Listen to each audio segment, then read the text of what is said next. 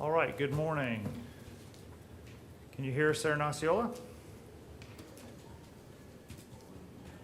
Can't hear you. Can you hear me now? Yep, I can now, thank you. All right, good morning, I'm Okay, Judge we just turned the Myers. volume up. Let's take appearances for the state, please. First one's Manuel on behalf of the state. Thank you. And in Osceola for the public defender? Mona Abram from the Office of the Public Defender. Thank you. And with pretrial release there? Officer Pat Hill. Thank you very much. All right, folks, I'm going to call your names. When I call your name, I need you to step up to the microphone, and then I need you to tell me your name, please. Mr. Damaris Barclay.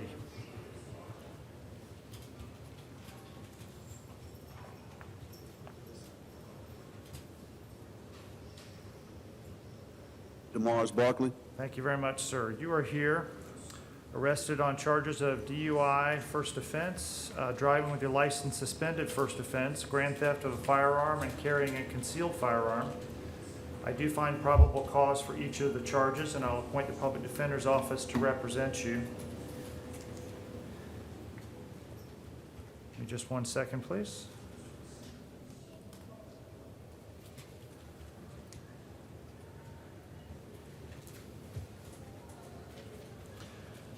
All right, sir, I'm going to stay your bonds as set at $500 apiece on the DUI and the Dwillis, and at $2,500 each on the grand theft of the firearm and carrying a concealed firearm. You're not to drive without a valid driver's license. You're not to possess any firearms. Thank you, sir. Your Honor, if I may, I believe he qualifies for PTR. In addition to the bonds, you want the PTR? No, it's my understanding that PTR has found that he qualifies for PTR straight. He does, but the problem is that there's some information here they couldn't verify any community ties, for example, and other pieces that would not allow me to just put him on straight PTR at this time. Thank you. Okay. Leslie Davis?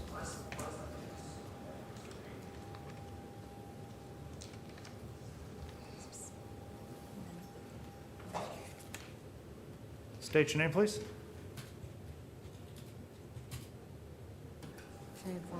I'm sorry, I hit the mute button. Say it one more time.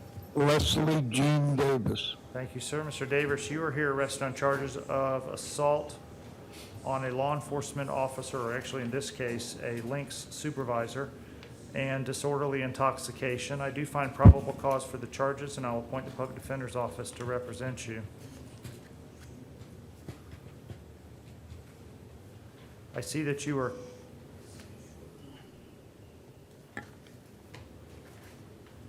currently out on bond Yes, sir. with pretrial release on case number 19 CF 2455. I'm going to revoke and discharge your bond, set bond at 0 in that case. And in the current case, stay your bonds at $2,500 on count 1 and $150 on count 2.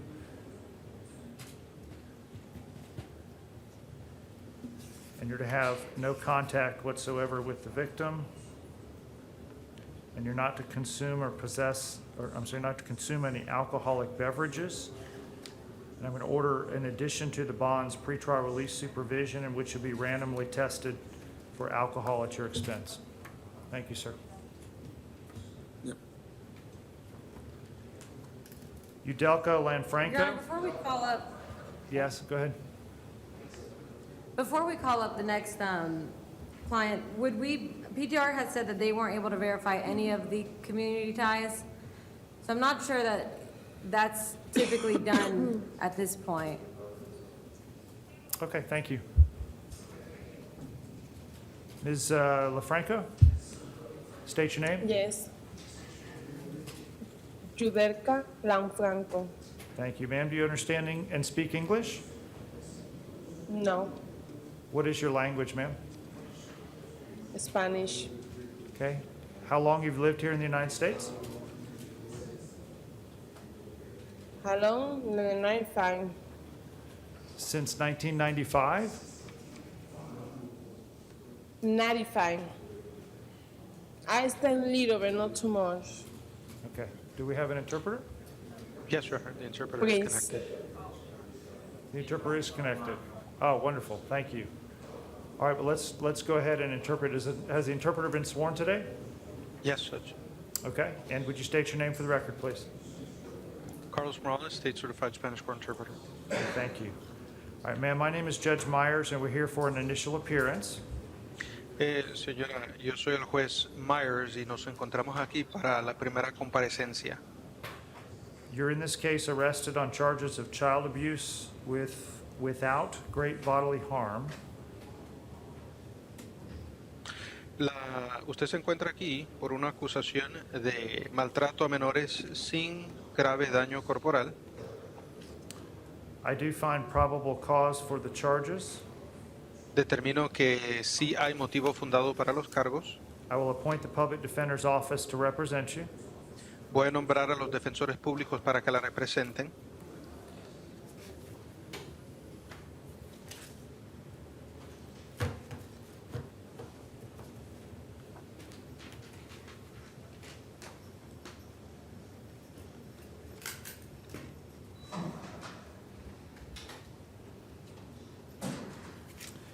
I'm going to set your bond at $5,000. La fianza que le asigno es de $5,000. Order that you have no contact whatsoever with the child victim, Braylon. También le impongo que le estará prohibido el contacto en absoluto con la víctima, que es un menor que se llama Braylon. And that you not consume any alcoholic beverages. Le está prohibido también consumir bebidas alcohólicas. Okay, thank you, ma'am. Gracias, es todo. Your Honor, Pat Hill with PTR. If I may go back to Leslie Davis, please.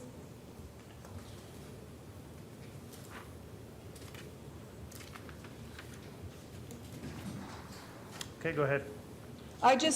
You had given him bonds with PTR, and I just realized because he has the other legal constraint of being out on bond, he does not qualify for PTR. Understood, but if he were to be released, if the judge were to revisit the bond in that case, then it would be bond plus PTR and these additional charges. If he had even if he received bond on the case you just revoked, he still would not qualify due to the other open charges. But he would qualify as And this is per the admin order. he qualifies as to these charges, however. Correct? No, Your Honor.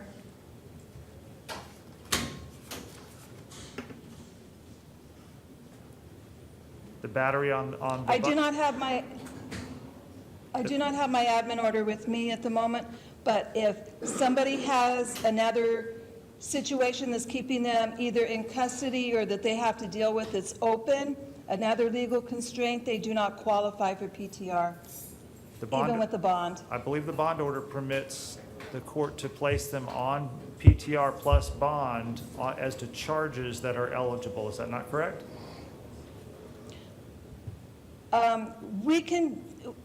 We can just leave it as is, and we can take care of it another way, Your Honor. Okay, I don't I'm want to, not going to argue with you. I'm not asking you to argue with me. I'm just asking if you can just direct me to where in the admin order that might be. Okay, if we can come back to it, I can grab my copy. What's that, ma'am? I can still do bond plus PTR as to eligible charges, yeah. That's my understanding, so if you can identify that in the admin order, I'd be happy to revisit it. Thank you. Okay, thank you. Isaac Mandell?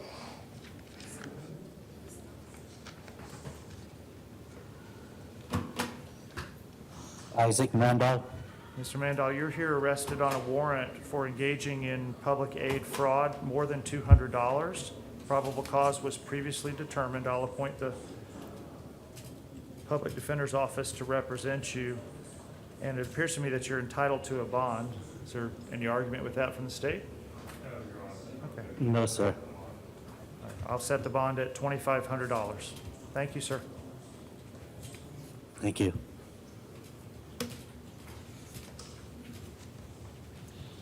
Fredis Medina Lezama.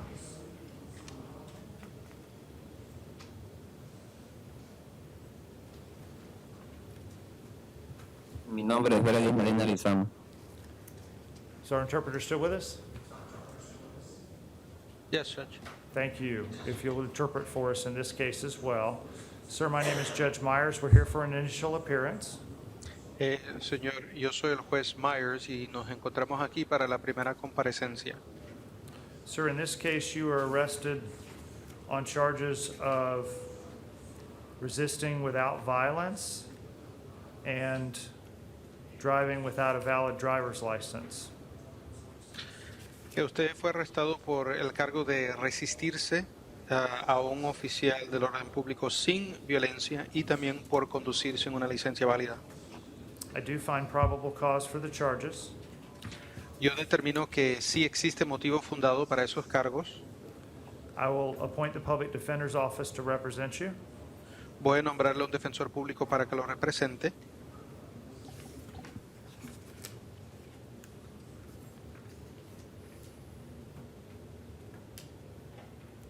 And I'll stay your bonds as set at $1,000 on the resisting Y la fianza seguirá igual en el cargo por resistirse de $1,000 and $1,000 on the no valid driver's license.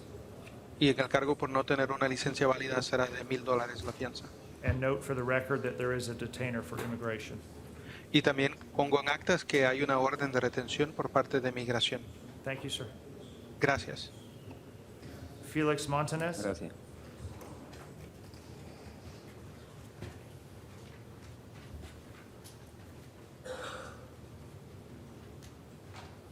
Yes, my name is Felix Montanez. Good morning, sir. We're here for an initial appearance. Good morning, too. You were here arrested on a charge of aggravated assault with intent to commit a felony. I do find probable cause for the charge, and I will appoint the Public Defender's Office to represent you.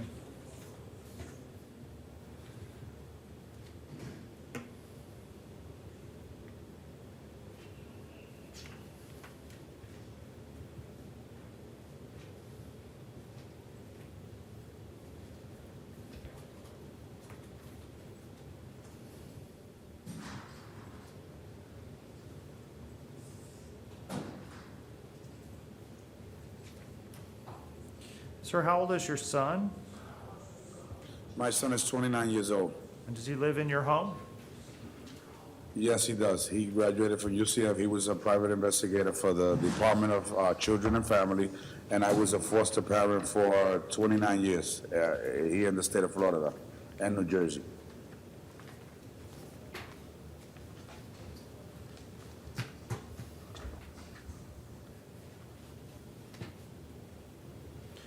Do you or he have another place to reside on a temporary basis? Yes, he could reside with his mother, 764 Holland Court. Okay, so the home that this occurred in is your home? Yes, it's both our homes, yes. We both live together, yes. You and your son? Yes. Is it a rental or do you own? No, we own.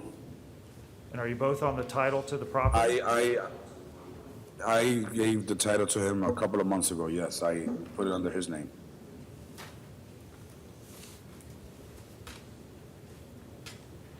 Any ideas from the state?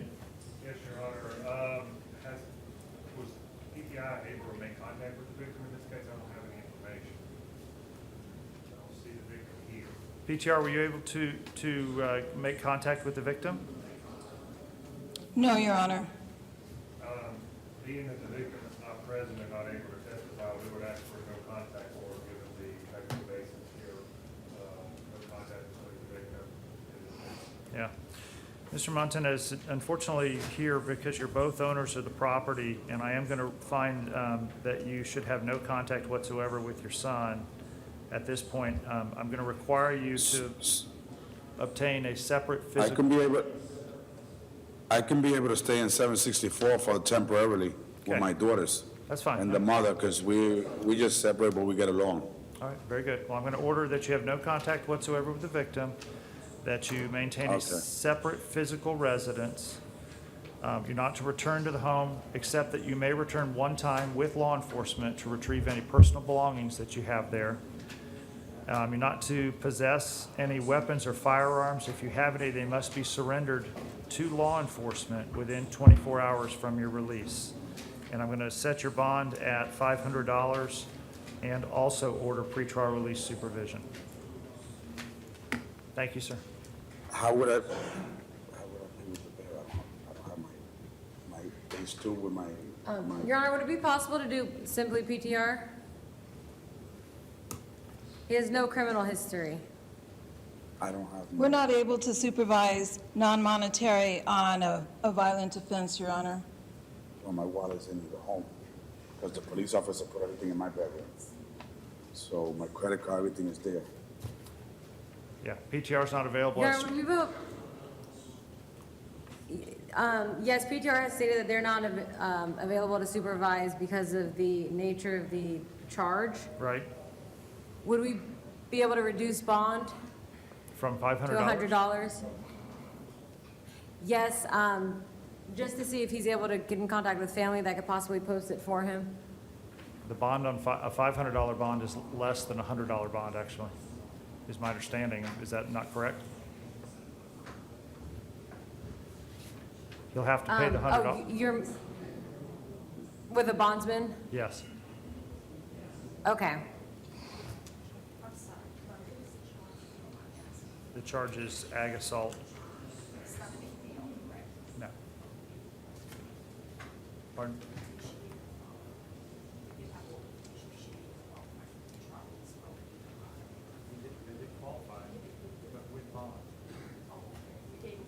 Yes. Okay. All right, the court's ruling stands. Thank you. Kieran Moore, bond plus PTR, correct. Kieran Moore, I can pay, but I have to get my.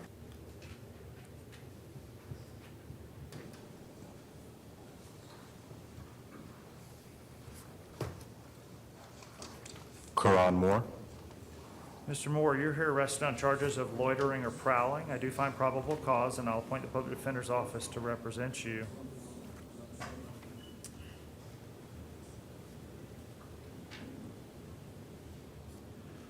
I show that you are currently out on bond in Orange County case number 19 CF 11355. And I'm going to order that your bond in that case be revoked and discharged and set at $0, and that your bond in this case be remain at $250. You're to have no return to the construction site of Magic Village Views. Thank you, sir. Thank you. Edward Morris.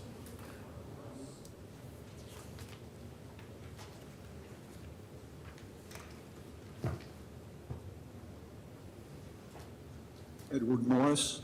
Mr. Morris, you're here arrested on a warrant for failure to appear. Your bond was set at $2,999. And I'll appoint the Public Defender's Office if they're not previously appointed in that case. Thank you, sir. Thank you. Dennis Odell. Reset him. Reset him. Your Honor, he's not available at the moment. He's in booking, receiving additional charges. Can we reset him for tomorrow? Yes, he'll be reset for tomorrow then. Thank you.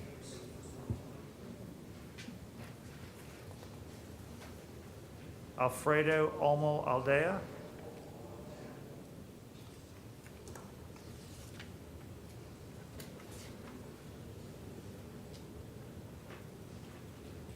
Mi nombre es Alfredo Olmo Aldea. Good morning, sir. Do you speak English? No. Okay, interpreter? Yes, Judge. Thank you, sir. Good morning. My name is Judge Myers, and we're here for your initial appearance. Buenos días. Soy el juez Myers y estamos aquí para la primera comparecencia. You're here today arrested on charges of driving under the influence of alcohol or drugs. Se le acusa, se encuentra aquí por el cargo de conducir bajo los efectos de alcohol o drogas. I do find probable cause for the charge. Determino que hay motivo fundado para ese cargo.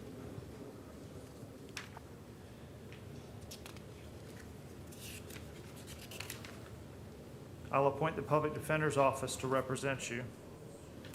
Voy a nombrar a los defensores públicos para que lo representen. Any objections to straight PTR release? Okay. Court will order him to be released under the supervision of pretrial release, not to consume any alcohol and subject to random alcohol testing at his expense.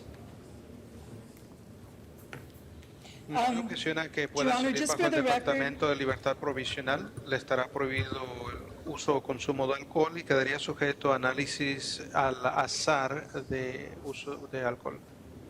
Yes? Just for the record, this defendant does live in Puerto Rico. He was only here on vacation.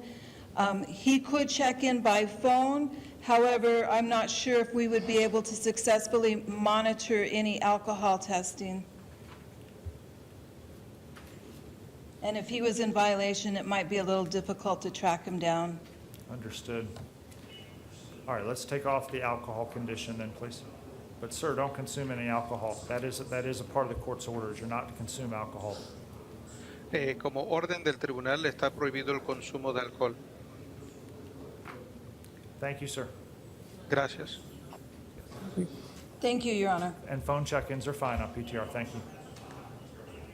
Luis Ortiz Velasquez.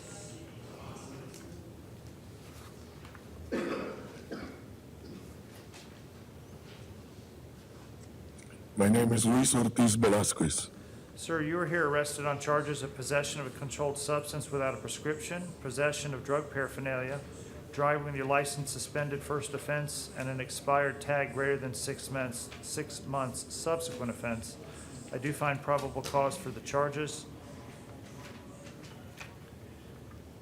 Your Honor, for the record, he has no prior arrest. And I'll appoint the Public Defender's Office to represent you.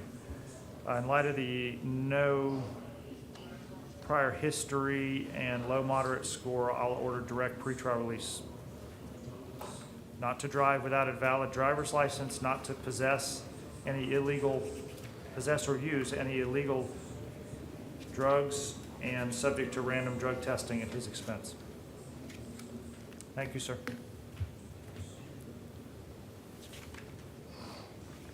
Rebecca Rodriguez. She refused. She refused, Your Honor.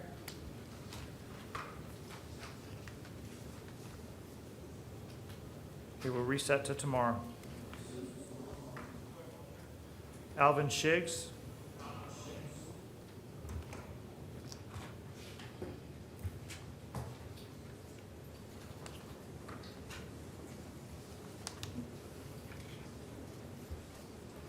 How you doing? Calvin Shiggs. Good morning, Mr. Shiggs. We're here this morning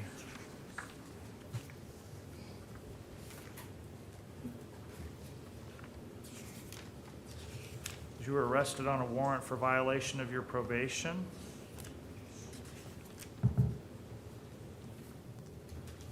As well as a new charge of carjacking and operating a motor vehicle without a valid driver's license. Probable cause was previously found on the violation of probation. Your bond was set at 0, and the court will appoint the Public Defender's Office to represent you on that charge. In the carjacking, no weapon, and on the operating a motor vehicle without a valid driver's license, I'll also appoint the Public Defender's Office to represent you. I'll stay your bonds at $20,000 on the carjacking, $500 on the no valid driver's license, order no contact whatsoever with the victim. And the court notes for the record that Mr. Shiggs meets the criteria for a violent felony of special concern. A violent felony offender of special And concern. Your Honor, Yes. in addition, he is on county probation as well, an 18 MM 2725, with the charges of resisting without and violation of a no contact order.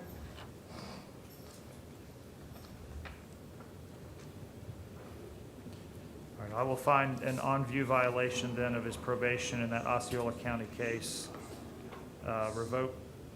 Set his bond at 0 on that violation of probation as well in 18 MM 2725. Thank you, Mr. Shiggs. You have a good day. You as well, sir. Jeffrey Stonecipher.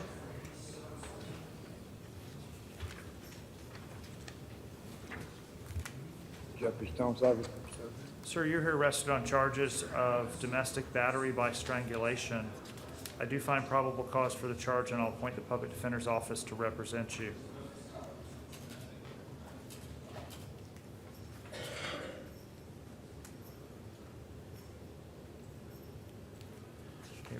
It looks like there's not been any contact with the victim, so I'm going to set the following terms and conditions for your release. I'm going to set your bond at $1,000 plus pretrial release supervision. Order that you have no contact whatsoever with the victim, that you maintain a separate physical residence, and that you not return to her residence. That you will be permitted to return one time together with law enforcement if necessary to retrieve any personal belongings that you have. That you're not to possess any weapons or firearms, and you must surrender any firearms or weapons to law enforcement within 24 hours of your release. Thank you, sir. Thank you.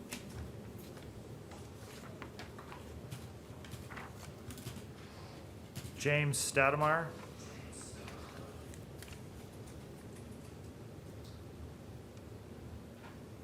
James Stoudemire. Thank you, sir. You're here arrested on a warrant for failure to appear. I'll appoint the public defender's office to the extent not previously appointed in that case, and we'll stay your bond at $5,000. Thank you, sir. Bryce Wiggins.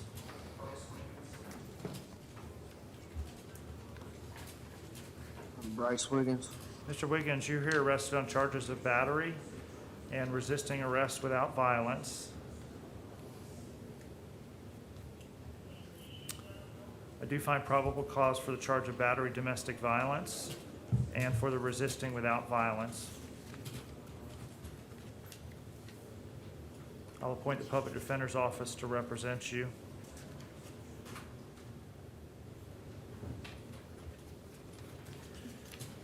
I am going to set your bond at $1,000 on the battery domestic violence and state at $500 on the resisting without violence. Order that you have no contact whatsoever with the victim, that you must maintain a separate residence and not return to her residence, that you not possess any weapons or firearms, and that if you have any, you must be surrendered to law enforcement within 24 hours of your release. Thank you, sir. Jacob Espino. He's in booking, Your Honor. They're adding charges. If we could no? Oh, he's on his way. If we could just roll him to the end. We'll do that. Thank you. Heather Marston.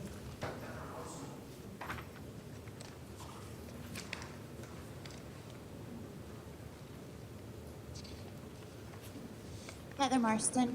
Ms. Marston, you were arrested on a warrant, out-of-county warrant out of Polk County, Florida. Your bond in that case is set at $2,000. You should be transferred to Polk County within 24 to 48 hours. If you're not, please let somebody know, and they'll bring you back to initial appearances, and we can address that. All right, thank you, ma'am. Okay, thank you. Claudio Acosta Banks. He's in the hospital, Your Honor. All right, we're anticipated to be there for how long? It's unknown at this time. Okay, we'll roll it to tomorrow. Thank you. Brian Manuel Barrios Rivera. He refused. This is his second refusal. I'll find that by his refusal to appear that he has waived his right to appear at initial appearances.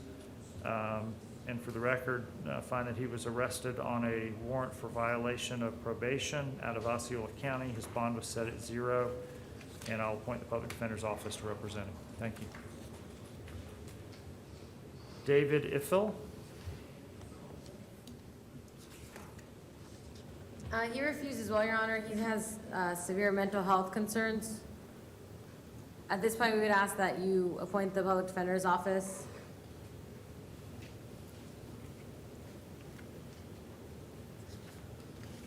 Okay, I'll certainly do that, and at this point, I'd be concerned about finding a waiver, but I don't want to continue to just roll him Is the public defender comfortable that, to waive his appearance for this today?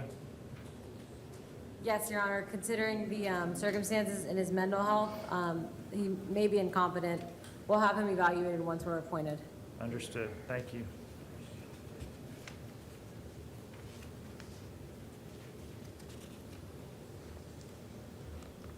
Okay, well, the current charges are battery and giving a false name, bonds of $500 on each count. Those will be stayed plus mental health pretrial release supervision if he qualifies. Thank you, Your Honor. Thank you. Brandy Nicole Villegas.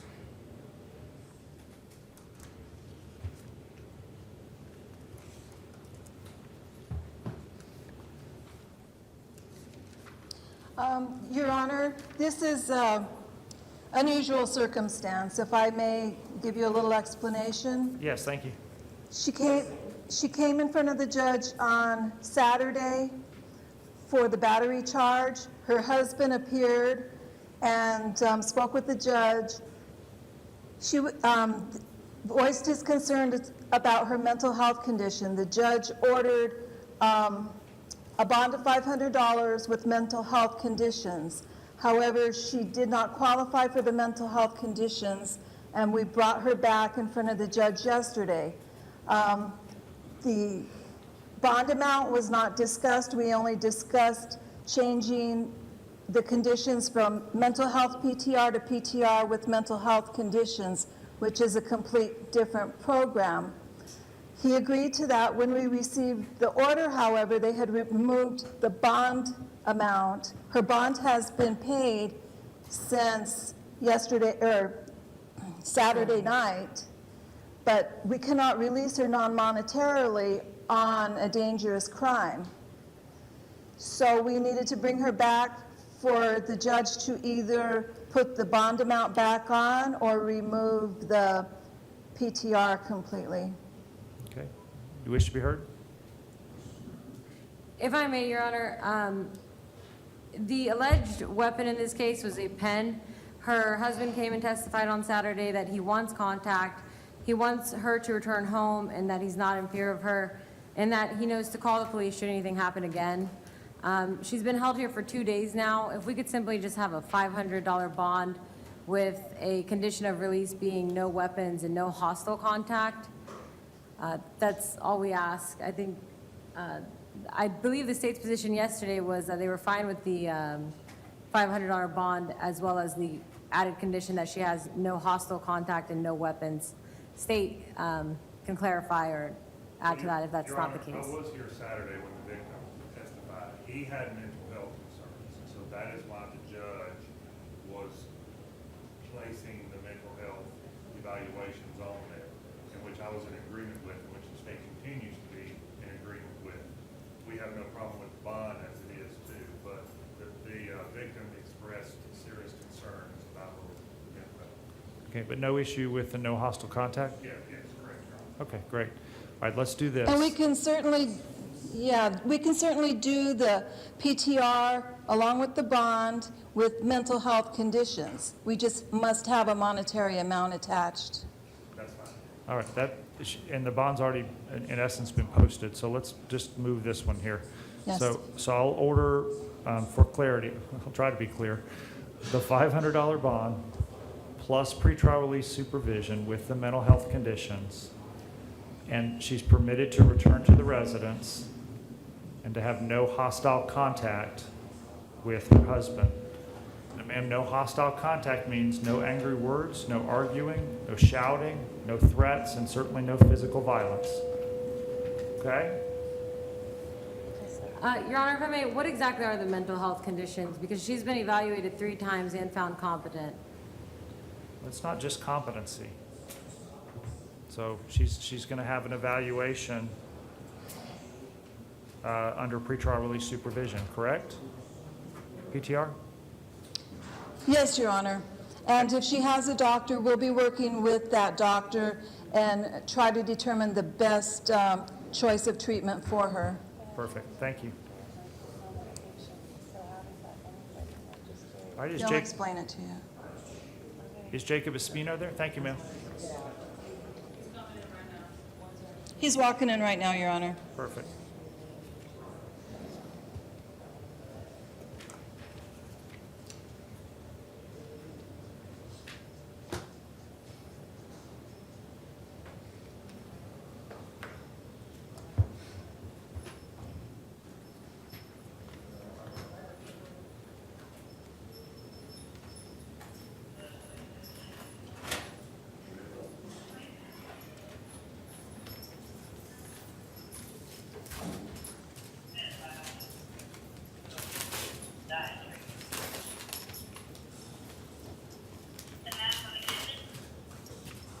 Good morning, sir.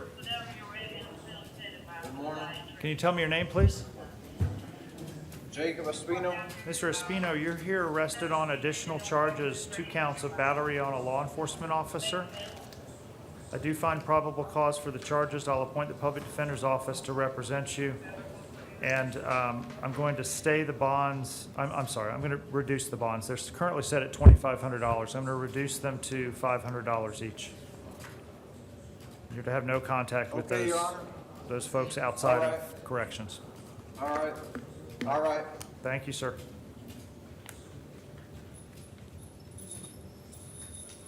Did we miss anybody? No, Your Honor, not that I know of. Okay, and anything Your further? Honor, I do have my admin order. Okay. Can you tell me, let me see.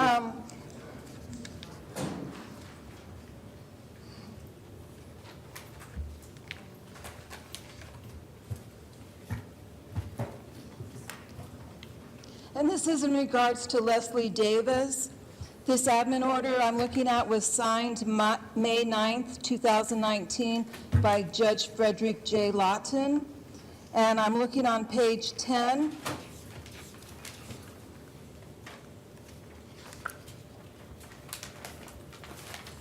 Okay, The first sentence under the paragraph B states any accused person may be released into the pretrial release program after initial appearance with a judicial order, provided that, and then if you look down the last sentence, 2B, it reads, the accused person is not currently on bail, monetary or non-monetary, probation or parole or other legal constraint. So this is where I was finding my, that he does not qualify. Even though the charges on the new case do qualify, the fact that he is out on bond on the other case and it is another legal constraint would disqualify him.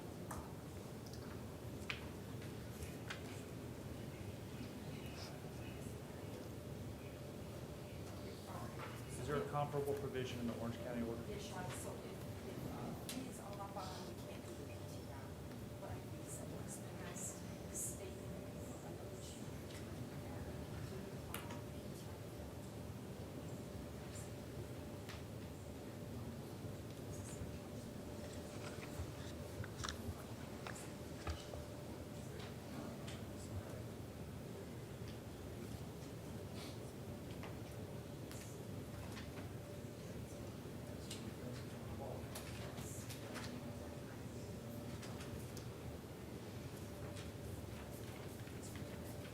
And in addition, if I may, on page 11, it states, no accused person will be released to the pretrial release program who does not qualify regardless of any other conditions set in conjunction therewith.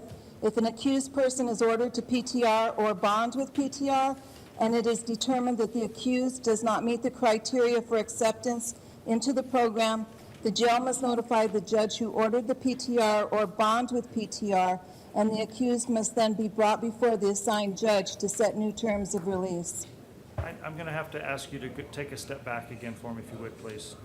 Tell me the section. Yes, Your Honor. I don't have the Osceola order in front of me. I have the orange order, and they're similar, but I just want to be able to follow along with you. So if you can, just tell me the section of the order that you're reading from. It's under, I don't know if you have it, it's under Osceola County Pretrial Release Program. Okay. The letter is C.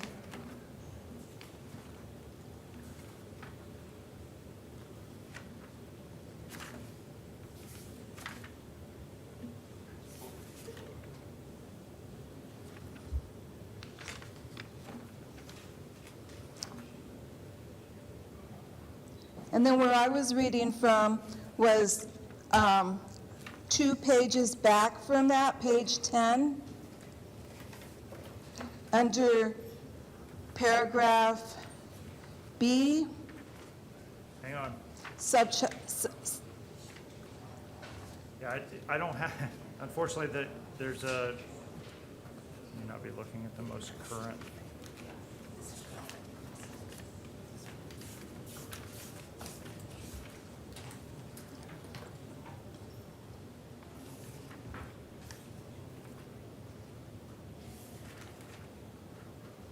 is the current one.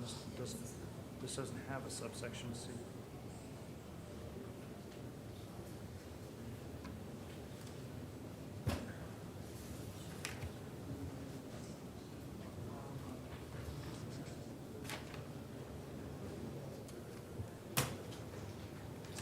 and my admin order only reflects Osceola, it does not cover Orange. Understood.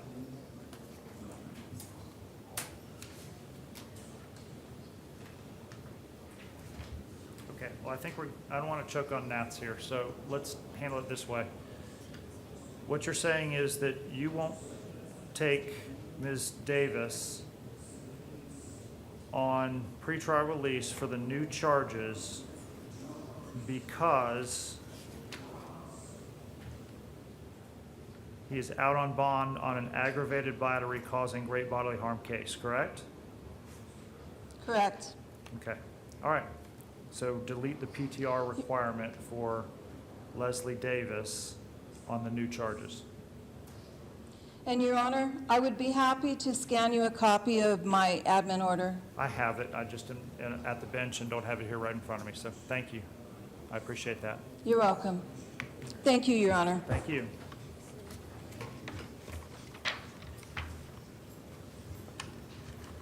All right, thank you very much. We're going to go ahead and let y'all go. Have a great day.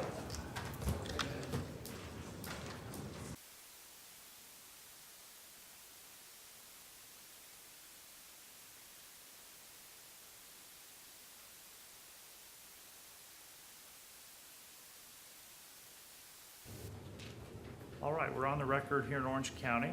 And let's take appearances, please, on Judge Myers for the state. Commercial Strangler, we have the city. Thank you. Courtney Daly with the Public Defender's Office. Thank you, Ms. Daly. All right, now I guess we have a couple of move-ups. So take these in the order that they are here, which is Lopez Garcia.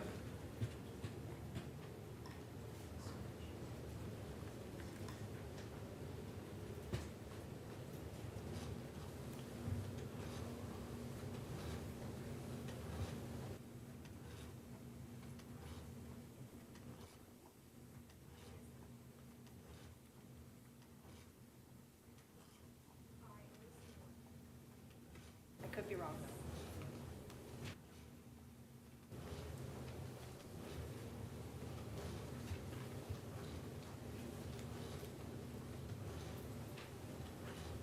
All right, good morning, sir. Yes, good morning. Could you please tell me your name? Cupertino Lopez Garcia. Sir, you are here arrested on charges of no valid driver's license and driving under the influence. Yes, that's correct. I do find probable cause for the charges.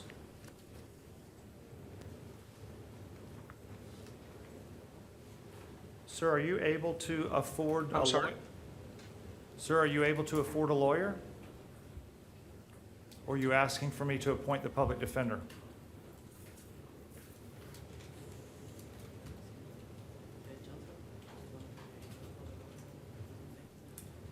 Well, I mean, if there's a chance, because honestly, I don't have any money. Okay, I'll appoint the public defender's office to represent you. We'll just need you to fill out the forms. Sir, I do find probable cause for the charges. I'll appoint the public defender's office. And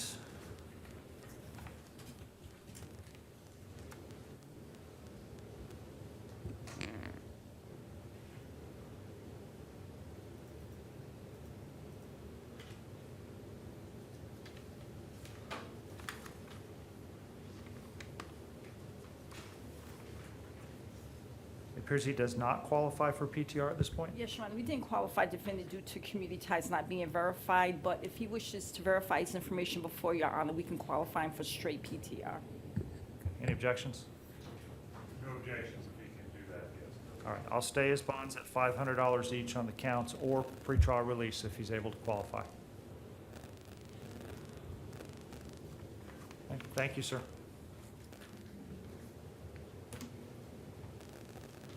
I believe that was the only Spanish case. Your Honor, is there a case number for this case that the interpreter may get, if there is one? 2019 CT 1963 and 1964. I just want to verify the work.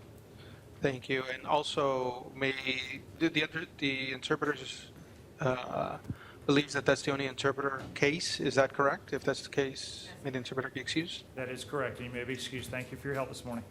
You're welcome, Judge. Thank you. Fernando Ware? Yes, sir. Good morning, sir. If you could just state your name for the record, please. Fernando Ware. Thank you. Sir, you're here arrested on charges of sexual assault. I do find probable cause for the charge, and I'll appoint the Public Defender's Office to represent you.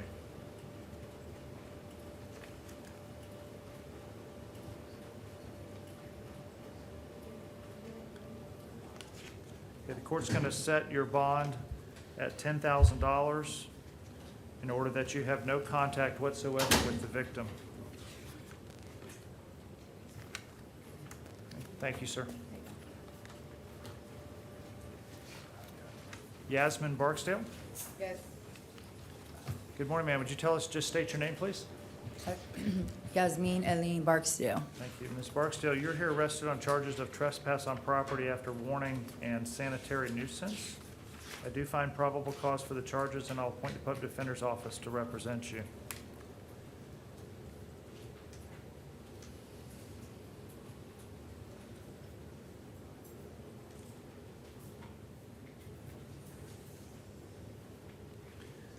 Ma'am, I see that you are out on bond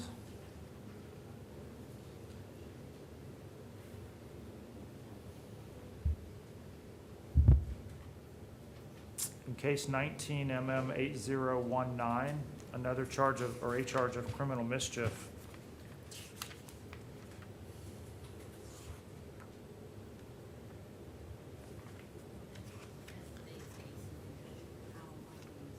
I'm sorry. I apologize. I see that you're out on bond in 2019 MM 6880 on the charge of criminal mischief.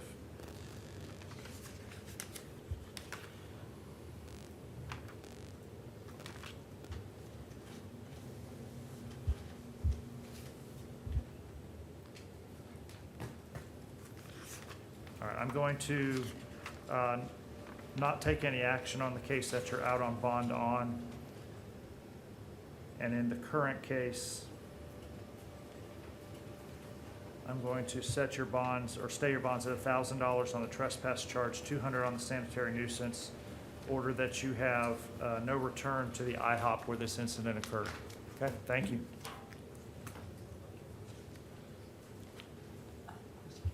John O'Connor?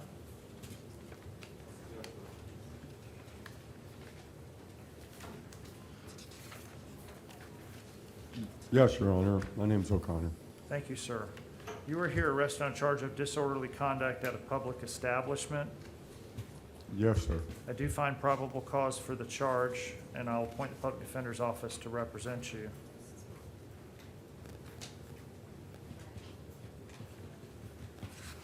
Sir, can I plead guilty with an explanation? Is there an offer? Your Honor, the state would make an offer of adjudicating guilty in 10 days of OCJ court costs.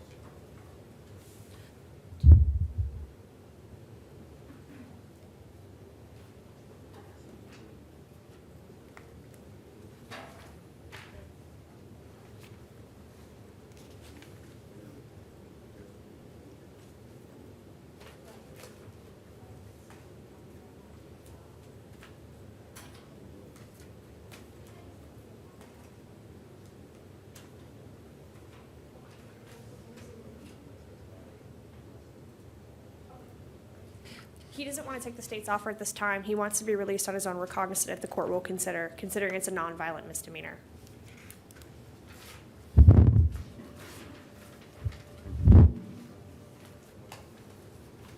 I don't have a I didn't get a face score sheet for this one sheet either. him.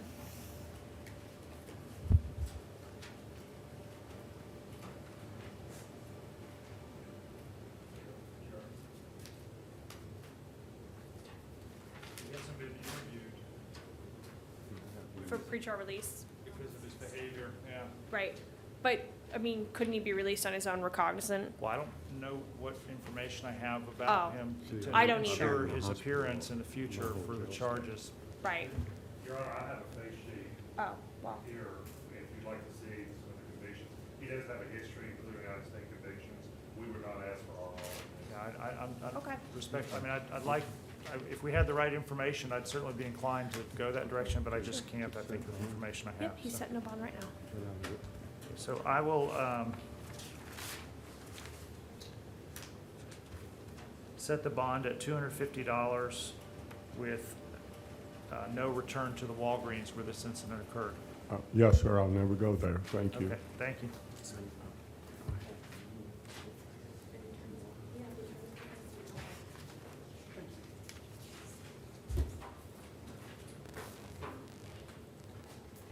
Good morning, ma'am. Your name, please? Ms. Gibson, you're here arrested on charges of battery, domestic violence, and resisting an officer with violence. I do find probable cause for the charges, and I'll appoint the public defender's office to represent you. Judge, some revocations for PTO.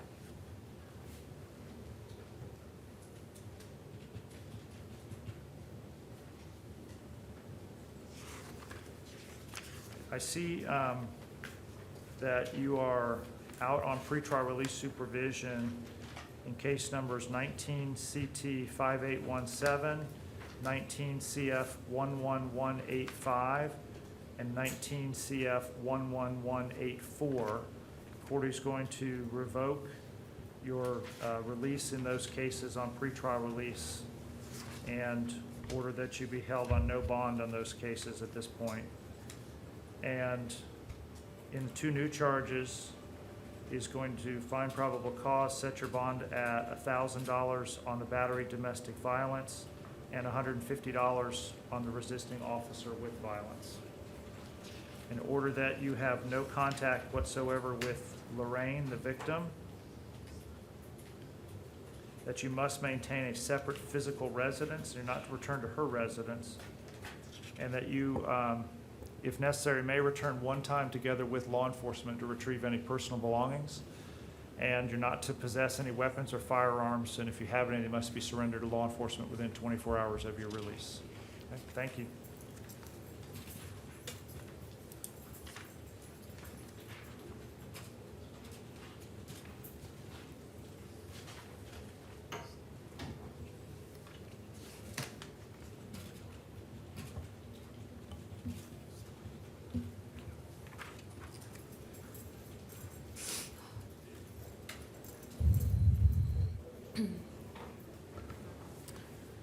Your name, please, sir?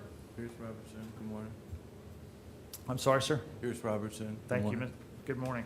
Mr. Robinson, you are here arrested on charges of violation of a domestic injunction, attempted burglary of a dwelling, criminal mischief greater than $200 but less than $1,000, and purchase of cocaine.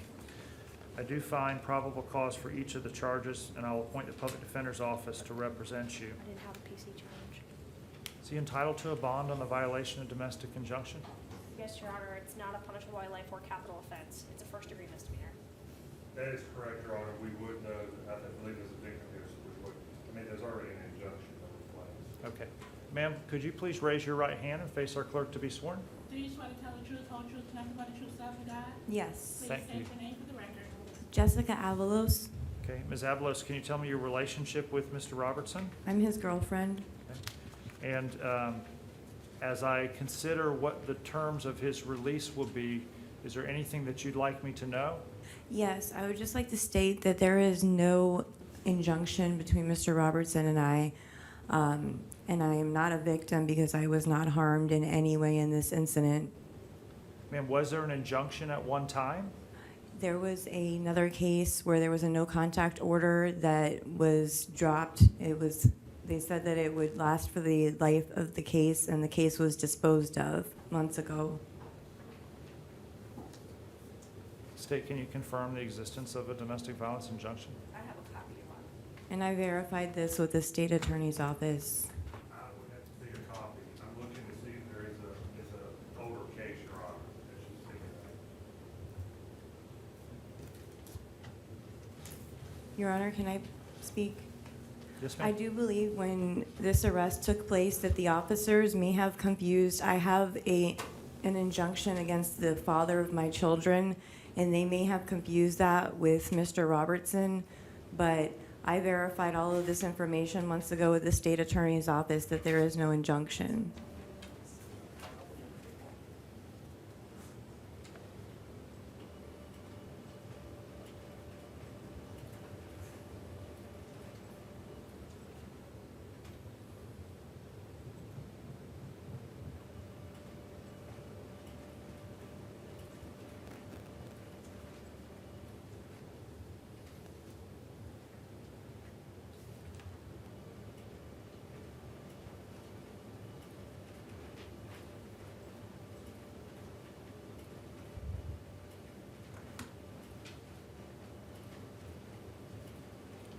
All right, who is Elijah Enoch Robertson Pierce?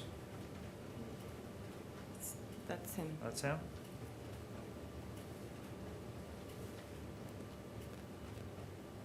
This says that there was an injunction entered on April the 13th of 2019. That's in relation to the case that has since been disposed of. Your Honor, if I may. Please. So I found there is a case in Broward County, 19 MN 3909. It was domestic violence. There's numerous charges of battery. It says change of venue, and it also says disposed of. I'm not sure what the status is. Is that the case? Was it in Broward?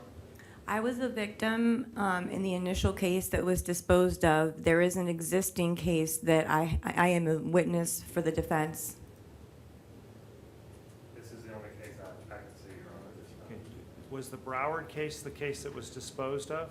Yes. And where's the case that you are a witness in? It originated from that initial case that was disposed of, but they dropped the domestic violence charge. So they told me there was no longer a no contact order between him and I. I have no part in the current case other than I'm a witness for the defense. A witness for the defense in what case, though, ma'am? The same case in Broward County that involves the other battery charges, Okay. but it's not battery against me. Okay, well, I don't have that order, and I can't modify it if it exists. So I think I think my hands are a little bit tied in the sense that I would order no hostile contact in this case. Right.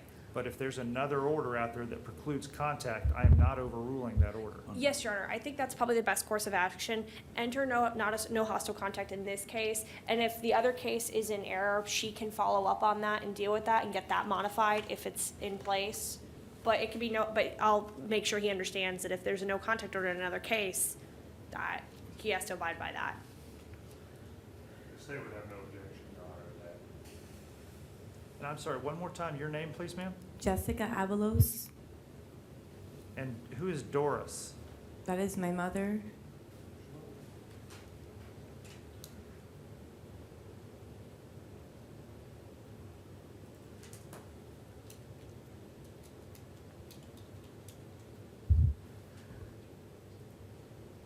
Okay. Then as to Jessica Avalos, no hostile contact without addressing any other orders that may exist. On that count, I will ROR him. On the attempted burglary of the dwelling, the criminal mischief, and the purchase of cocaine counts,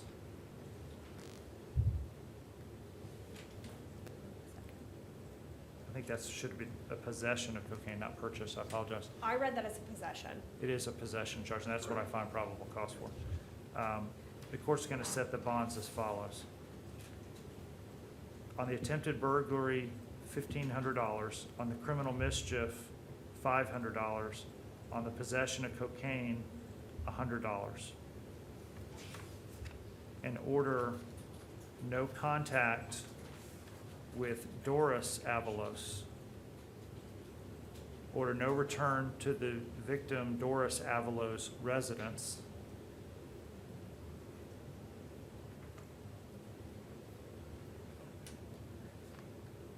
And that's it.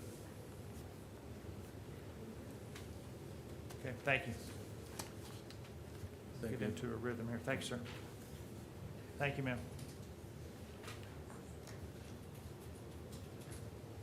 Your name, please, sir? Charles Lacey. Mr. Lacey, you're here arrested on charges of battery domestic violence. I do find probable cause for the charge, and I'll appoint the public defender's office to represent you. Ma'am, could you raise your right hand and be sworn? Do you swear to tell the truth, whole truth, and nothing but the truth, so help you God? Yes, ma'am. Please state your name for the record. Romaine. Your full name, please, ma'am. Danelle Romaine.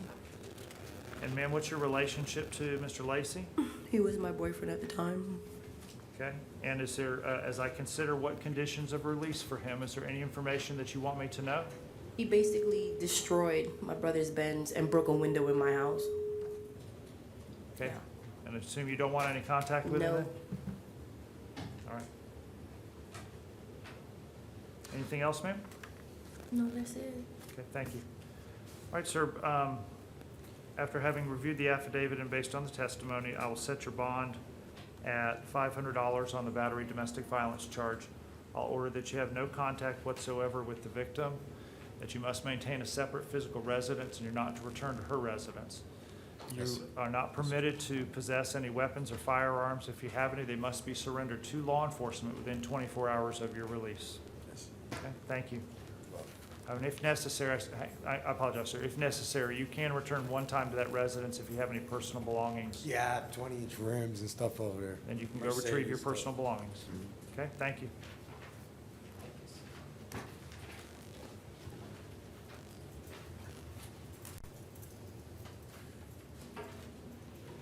Your name, please, sir?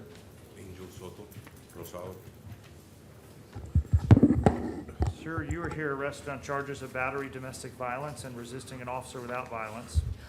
Your Honor, if I may, before we go forward, the alleged victim in this case is also in custody. She was arrested as well. Could she be brought up so we could handle their initial appearances together? Is she available?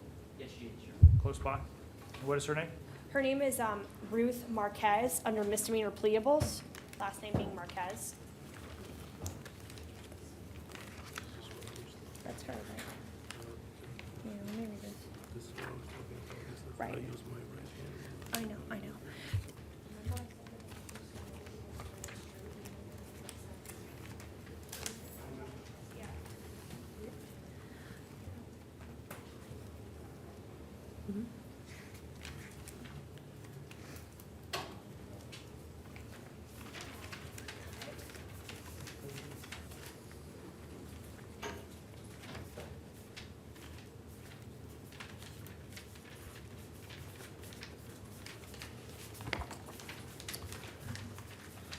Good afternoon, ma'am, or good afternoon. Good afternoon, how are you? Tell me your name, please. Ruth Marquez. Okay, Ms. Marquez, you're here arrested on charges of resisting an officer without violence. I do find probable cause for the charges in your case as well as the charges in Mr. Soto Rosado's case. And I'll appoint the public defender's office to represent you both, but at some point, obviously, the public defender can't continue to represent one of you. So I'm appointing you first to Mr. Soto Rosado's case and then second to Ms. Marquez's case.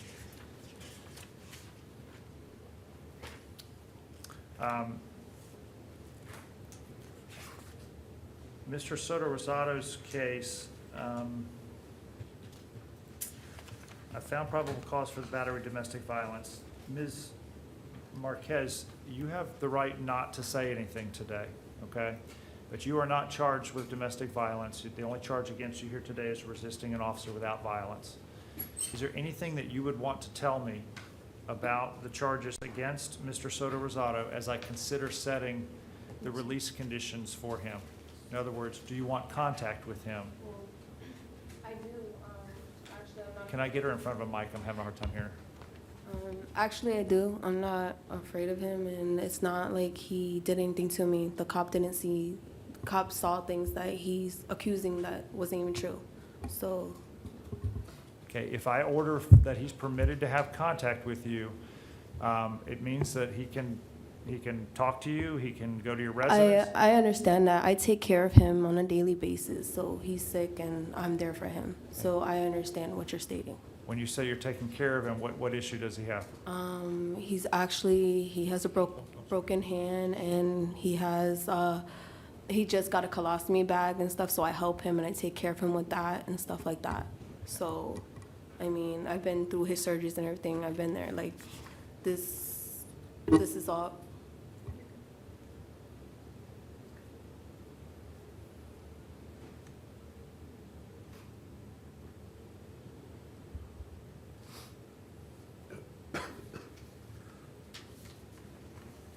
Okay, I read this affidavit, and if these facts are true, I have concerns about the dynamic between the two of you and the things that are happening. It's not true. And if I was afraid for my life, I would leave, but I am not. Nothing. But I'm none not of just this- talking about that dynamic, I'm also talking about both of your response to law enforcement. So again, I don't want, now, this is the point at which you probably need to be careful what you say, because anything that you say here is being recorded and it can be used against you in your prosecution, but I'm just telling you, I'm concerned about that. All right, having said that, I'll rule as follows. Mr. Soto Rosado, I'm going to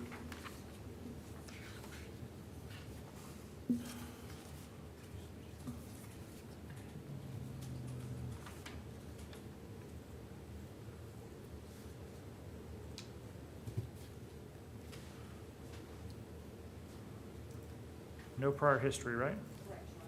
Okay.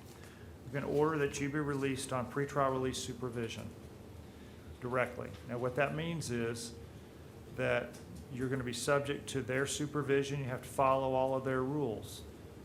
As a part of your release conditions, I'm ordering no hostile contact with Ms. Marquez. That means no angry words, no arguing, no threats, no violence, certainly no physical threats or violence. Understood? Understood? Okay. Take this very seriously. And these are serious allegations, so none of those things. Got it? All right. So that should address his case. Now, as to Ms. Marquez, this is a misdemeanor pleable. Is there an offer? There's not an offer at this time, Your Honor. Okay. I think qualifying this stock as a trial. Straight pretrial release as well? All right, I'll order her to be released straight pretrial release as well. No other conditions. Thank you. Yep. Counsel here, is there a reason we're not moving their cases up? I don't know if they were on the move-up list or not. They're on here? We're getting to them? Okay. Sorry, guys, long move-up list. I apologize. The clock's running in my head. Good morning, sir. Good morning. Tell me your name, please. Darius Taylor. Mr. Taylor, you're here arrested on petty theft, a third or subsequent offense, and trespassing in an occupied structure or conveyance. I find probable cause for the charges, and I'll appoint the public defender's office to represent you. Are you able to make an offer on the case? No, not at this time, Your Honor. There is felonies involved, and it's an enhanceable crime. Okay.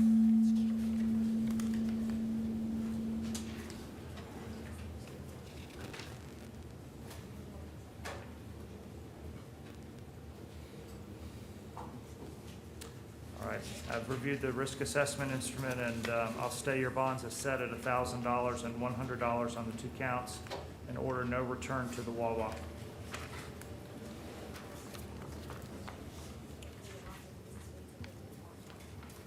Thank you, sir.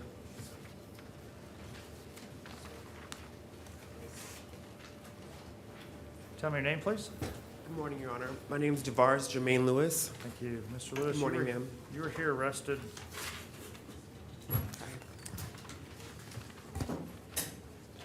on charges of 2 counts of petty theft retail. Yes, sir. at the Old Navy store. I find probable cause for the charge, and I'll appoint the public defender's office to represent you.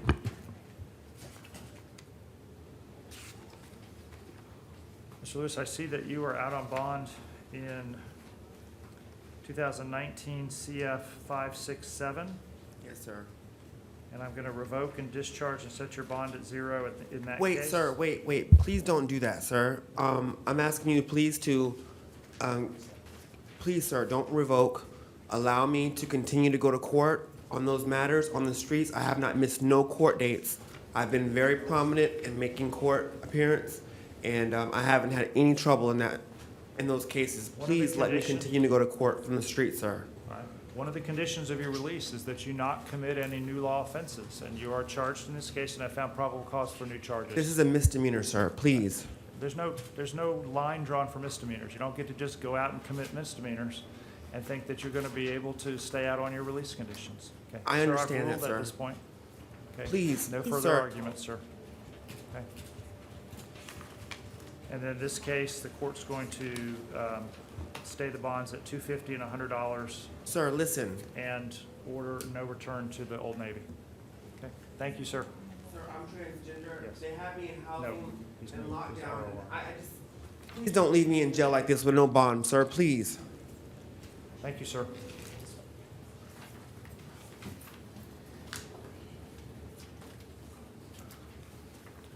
Your name, please, sir?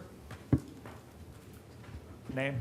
David Arnett. Thank you. Mr. Arnett, you're here arrested on charges of false imprisonment, domestic violence. I do find probable cause for the charge. Counsel, you make your appearance? Yes, good afternoon, Judge. Ashley Parker on behalf of Mr. Arnett. Thank you. You wish to be heard on the bond issue? We do, Judge. I don't know if you want to hear from... I do, actually. Yes, ma'am. I apologize. Could you raise your right hand for me and be sworn? Do you swear to tell the truth, whole truth, and nothing but the truth, so help you God? I do. Please state your name for the record. Lacey Arnett, And Ms. Arnett, what's your relationship to David Arnett? spouse of 19 years. Okay. Ms. Arnett, as I set release conditions for him, is there anything that you want me to know? Yes, sir. We are traveling. We do not reside in the state of Florida. We do have to try and get back home.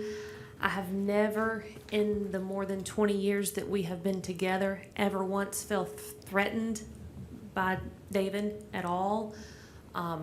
We had a verbal spat, and that has appeared to be blown way out of proportion. I am not fearful for my life. I'm not fearful to stand beside him. I would request that we were able to travel back home together. And ma'am, I see that he has convictions in the past for simple assault, aggravated assault, and simple battery. Were you the victim in any of those convictions? No, sir. Have those convictions occurred during your 19-year marriage? No, sir. They're all prior to that? Prior to the 20-something years that we've been together, yes. Those were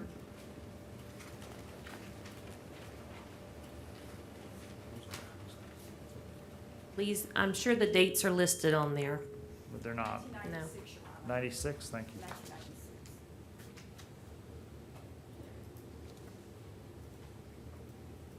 Okay. Counsel, anything else? No, Judge, just argument as to the amount. We just asked for a $500 bond in this case. You heard from the alleged victim in this case. She's not fearful of him. She does want contacts. We would ask that he be allowed to have contact with her. Additionally, Judge, this does appear to be a stand your ground case. I believe he's immune to being prosecuted pursuant to Florida Statute 776.032 and 776.031 because she was in possession of his cell phone. Again, we're not asking for the court to dismiss the case at this time, but we'd ask for a $500 bond. Anything from the state? The state would not object to a $500 bond. We do have concerns with him being out of state, but we would hope he would, we have no objection to the $500 bond. The stand your ground as a pretrial motion was not to be considered here. There's probable cause. We would just ask, based upon the witness's testimony, for no hostile contact.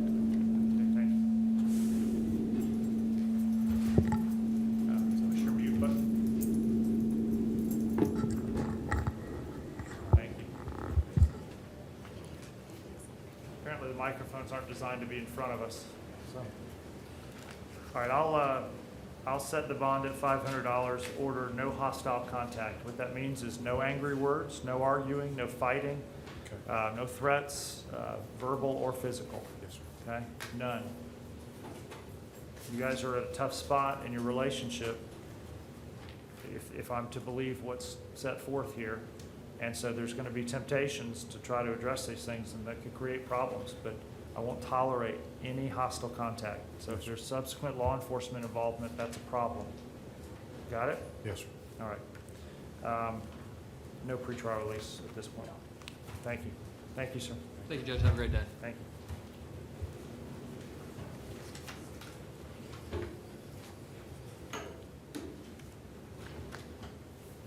Good morning, sir. Your name, please? Name? Wheeler Nicholas. Thank you. Sir, you're here arrested on charges of aggravated assault with a firearm, domestic violence. I do find probable cause for the charge. And counsel, if you make your appearance. Yes, Your Honor. Attorney Patrick Landy, covering on behalf of Attorney of Record Michael Bross. Okay. Ma'am, could you raise your right hand? Do you swear to tell the truth, whole truth, and nothing but the truth, so help you God? Yes, ma'am. And my name is Kendall Reed. Thank you. Ms. Reed, what's your relationship with Mr. Wheeler? I'm his girlfriend. Okay. Anything that you want me to know as we talk about setting the terms of release? That I do want contact with him. I am not in fear for my life. Never have I once since the day that I met him been in fear for my life. And that I want to help him moving forward. Ma'am, if I'm to believe what's written here, he pointed a rifle at your face. I do not believe that. I think in the heat of the moment, I don't remember there being a rifle pointed at my face. Did you tell the officer that, ma'am? I do not know. I do not remember. Was alcohol involved? Yes, Is that why you're telling me you don't remember? correct. Judge, just for the record as well, Ms. Reed has filed an affidavit in this case where she lays out what her recollection is at this time. She is not in fear of him. They have had no violent interactions in the past. He's never been aggressive to her, anything of that nature. And she has filed an affidavit with this court laying out what she now remembers happened on that evening. So we'd ask the court to consider that as well. Your client had a firearm with a loaded, with a round in the chamber. And according to the affidavit, and it's not accepting it as true, but I'm concerned about the allegation that there's a loaded rifle pointed at you and alcohol involved on top of it. So where's the affidavit? I don't have it. We had filed it this morning with the clerk's office, Judge. I have a copy if the court would like it. Yeah, I'd like to see one. Filing with the clerk goes through the portal, and it could take a couple of days to get there. May I inquire on the position? You may. Good morning. Do you currently live with the defendant? Yes, sir. How long have you resided with the defendant together? 3 months. 3 months? Has anything like this happened before? Never. Not even, the gun does not come out. But you did know there was a gun? Correct. Does anyone else reside in your residence with you, please? Yes. Who else The resides? roommate, say it again? Who else resides in your residence between, is it just you two or is there kids involved? No, there's no kids. Anyone else at your residence? Just roommates, How old are they? our age. Okay. Thank you.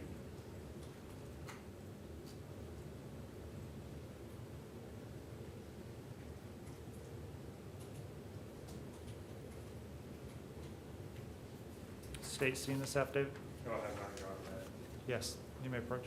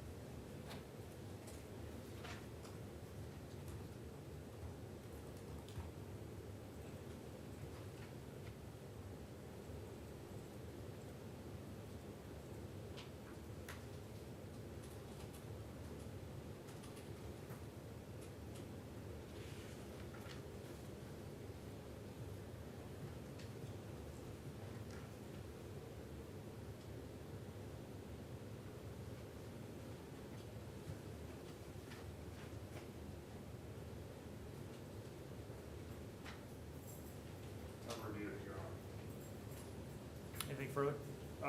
Your Honor, the state's position, given the facts of this case, these are serious facts, we would ask, although the victim is here, we would ask for no contact, given the serious nature of the alleged facts in the affidavit. That would be the position of the state. So no criminal history, Correct, Your Honor. but detainers for violent offender of special concern? He hasn't been printed yet. Once he's printed, we can release that detainer. Okay, And he was fully interviewed. he was. Yes. Okay, this is not interviewed, the one I have, so. Right.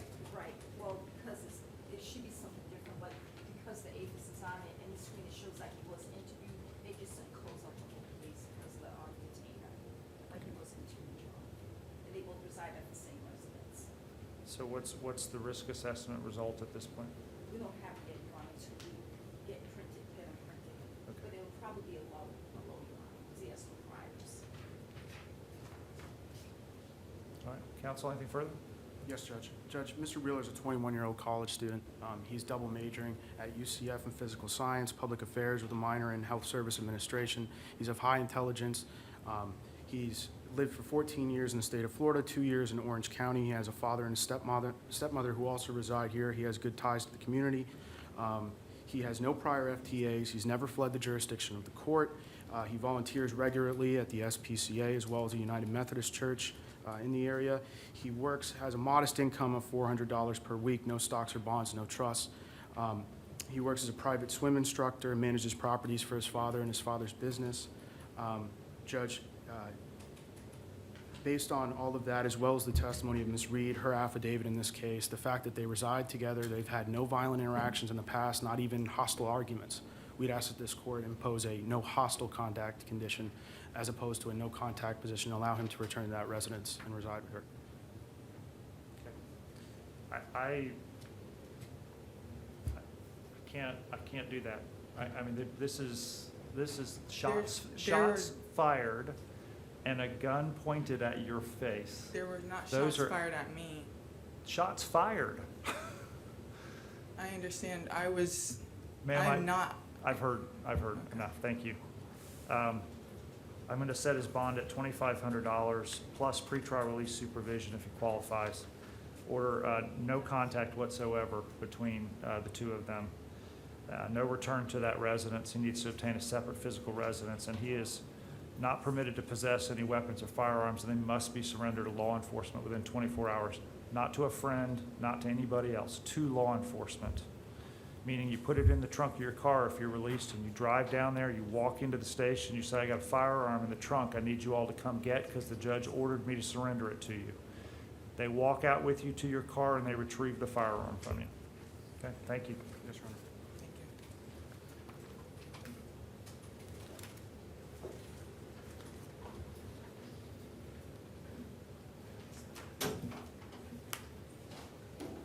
Your Honor, you said bond and PTI because he does qualify. Bond and PTR. Your name, please, sir? Ralph Millard. Thank you. Mr. Maillard, you're here arrested on charges of battery, domestic violence. I do find probable cause for the charge. Counsel, make your appearance. Yes, Your Honor. Joseph, on behalf of Mr. Maillard, his wife is present, Your Honor. Thank you, ma'am. Would you please raise your right hand to be sworn? Do you swear to tell the truth, the whole truth, and nothing but the truth, so help you God? Yes. Thank Please you. state your name for the record. Kylie Millard. Thank you. Ms. Maillard, tell me what's your relationship? A spouse. Okay, how long? 4 years. Fine. And is there something that you'd like me to know as we consider release conditions? Yeah, it was just like a misunderstanding. He's a great guy. He's never, ever violent. I trust him with everything, so. Okay, you all are out drinking together? He had been out drinking.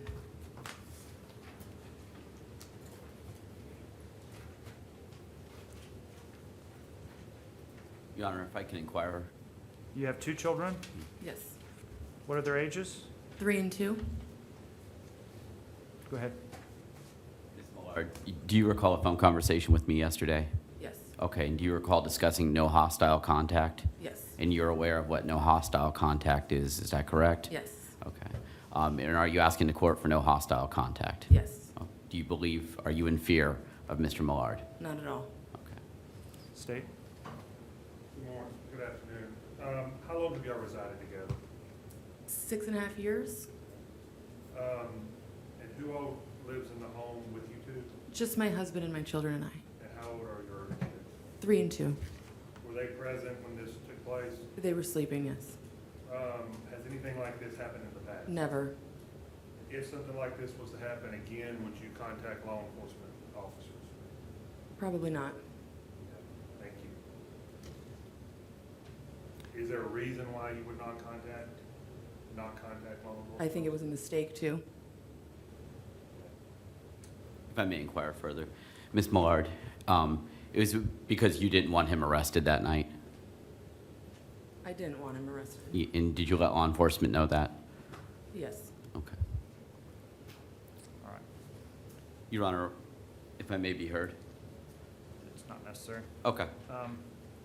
I'm going to order that he qualifies, and I'll order he be released direct PTR, and order that he be subject to random alcohol testing. You're not to consume any alcohol, and you'll be subject to random alcohol testing at your expense through the pretrial release program. Yes, sir.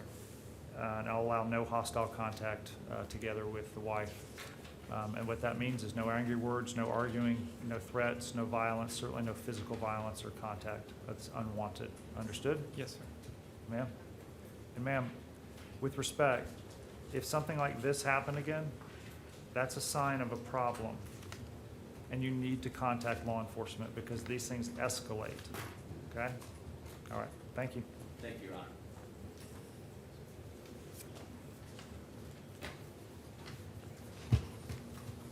Morning, sir. Sir, Good, thank you. Your name, please? my name is Leo C. Deakins. Mr. Deakins, you're here arrested on charges of battery on a person 65 years of age or older and battery domestic violence. I do find probable cause for the charges, and I'll appoint the public defender's office to represent you. Yes, sir. Can I ask you something, sir? You might want to talk about with your lawyer first there, see if that's just something she can do to help you. I just found out that I had a battery on 65 years old, last night.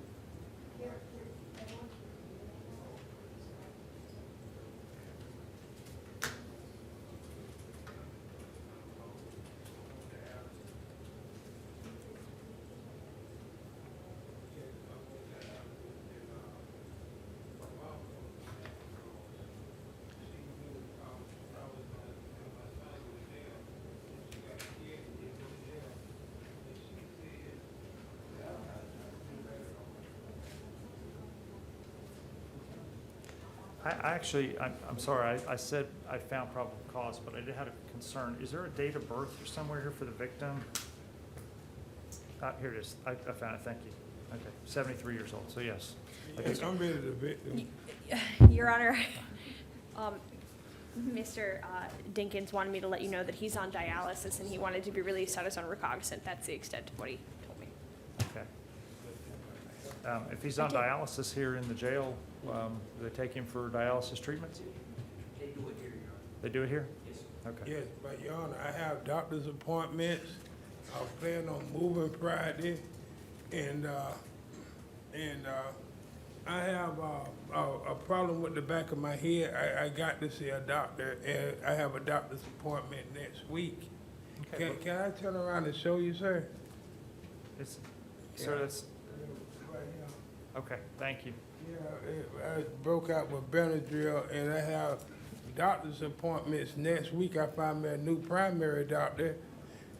I ain't had no primary doctor in 4 years. I just found one, and I got a doctor's appointment, you know, and I plan on getting a transplant next year. Sir, if you're still in custody, then the doctor here will be able to see you and to check that out for you, but I'm going to rule as follows. I'm going to set your bond at $1,000 on count 1, $150 on count 2. Order that you have no contact whatsoever with the victim, Mary Ellis. I'm going to order that you maintain a separate physical residence, that you not return to her residence, and that you not possess any weapons or firearms. If you have any, they need to be surrendered to law enforcement within 24 hours of your release, sir. Thank you. Your Honor, is Yes. there also a no contact on Deakins Deakins the third. Oh, the third, my fault. Yes. Yeah, my He's son. Deakins Jr. No, yeah, no contact with Deakins the third also. That's correct.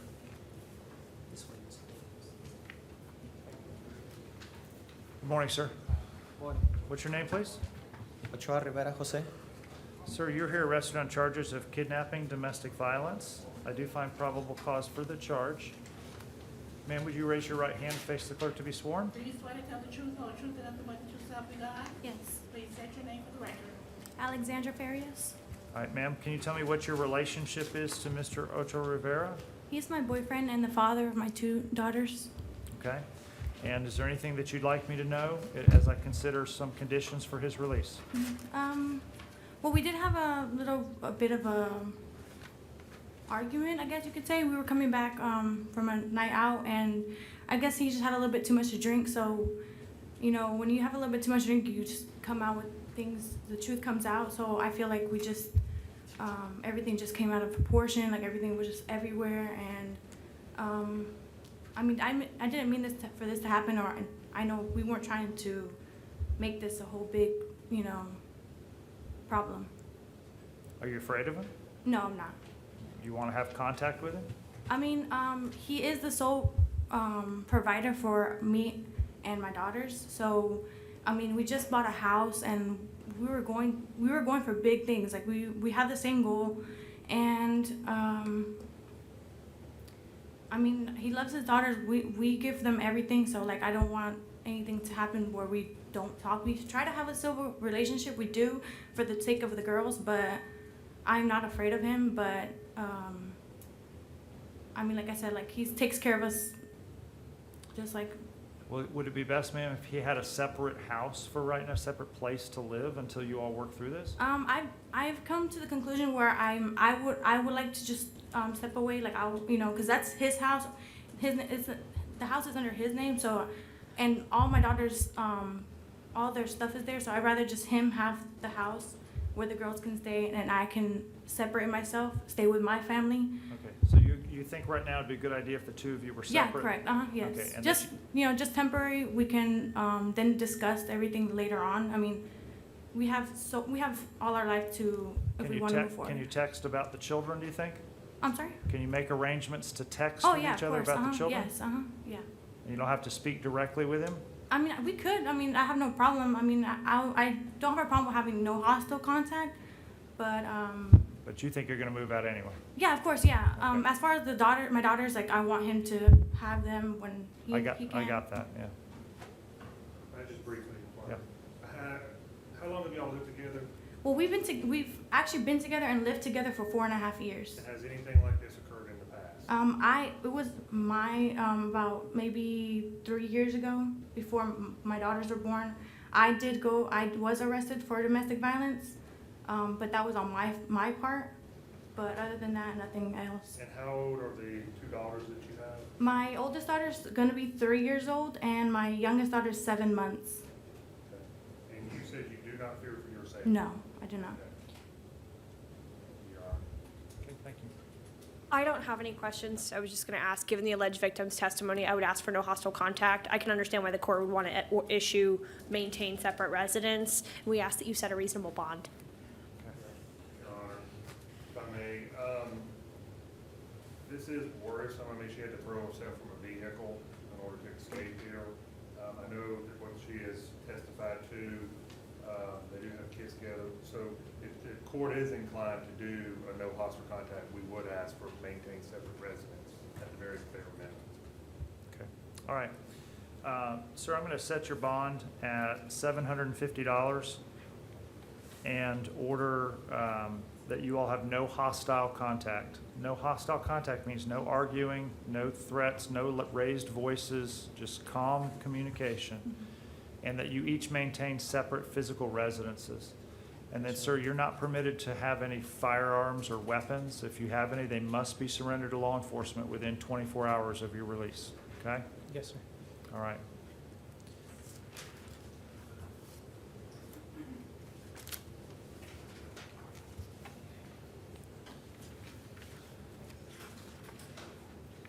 Good afternoon. Your name, please?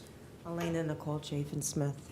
Ms. Chafin-Smith, you're here arrested on charges of battery, domestic violence. I do find probable cause for the charge, and I'll appoint the Public Defender's Office to represent you.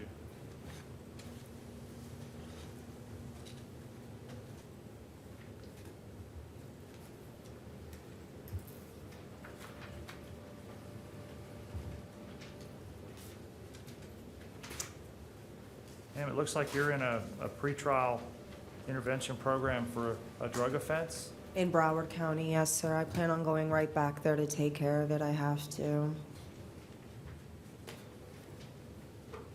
I have a lawyer over there. I have a family over there. I have housing over there. I plan on packing my bags and going back home. I can't do this anymore with this guy.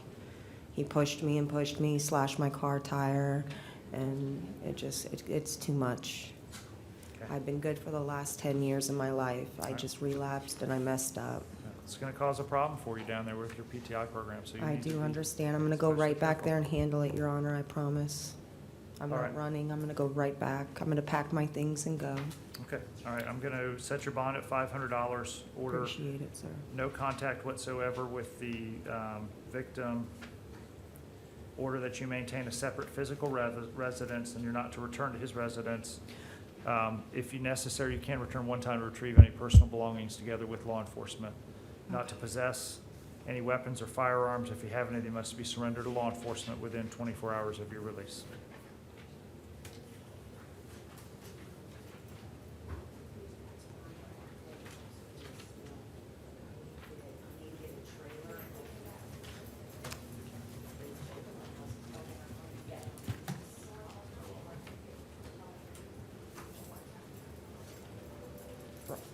Thank you, sir. Thank you. Good afternoon, ma'am. Your name, please? Maddie Ford. Ms. Ford, you've been arrested on charges of battery, domestic violence. I do find probable cause for the charge, and I'll appoint the Public Defender's Office to represent you. She qualifies for straight pretrial release.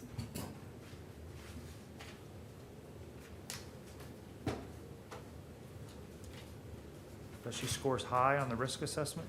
Yes, Your Honor, we did qualify defendant for her pretrial release, but I'll defer to the court. I did provide some additional information attached with the face sheet.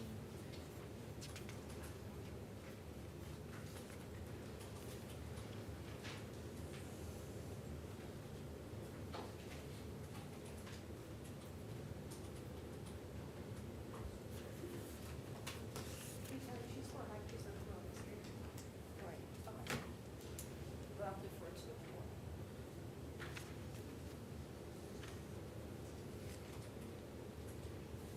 Yeah, she's had 3 failures to appear, the most recent in March of 2018. PTR said she qualified, so I thought I'd ask. Yeah, no, I hear you.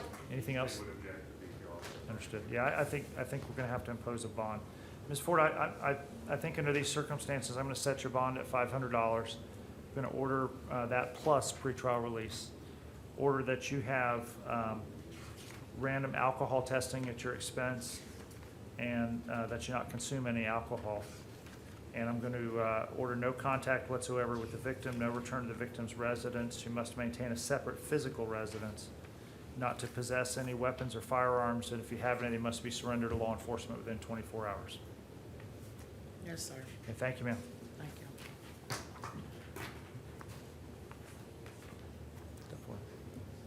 Your name, please? Mackie Hines. Ms. Hines, you're here arrested on charges of battery, domestic violence. I do find probable cause for the charge.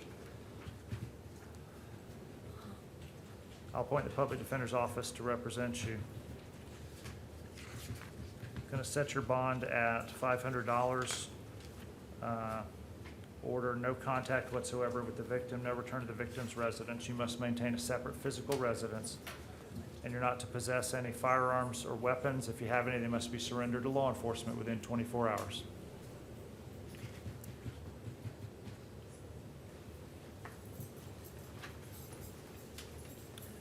Consider, Miss Hines wants me to ask for pretrial release. I understand that they said she didn't qualify for pretrial release because of her FTA history. I would like to point out, though, that those are all FTAs as a juvenile, and I would like the court to take that into consideration, that those may not necessarily be willful failures to appear as an adult.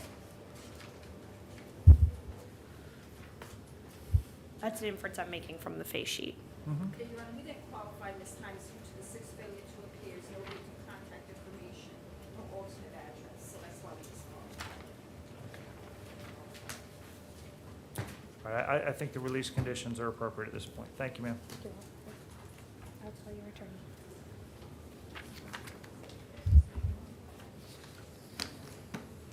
Your name, please, sir?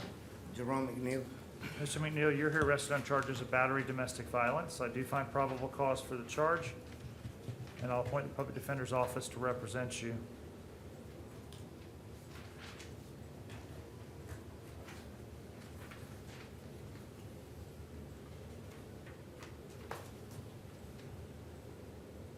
Honor, he is on state probation, there is a 5-day holding place.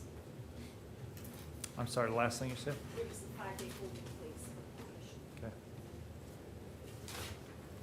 All right, well, subject to those holds, I'm going to set your bond at $500.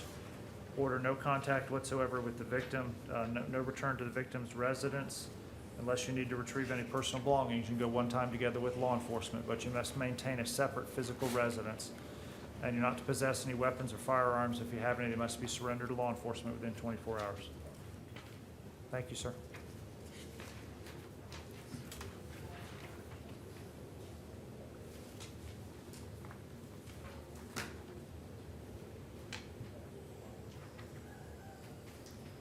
Mr. Vassbinder, is there something you're here for?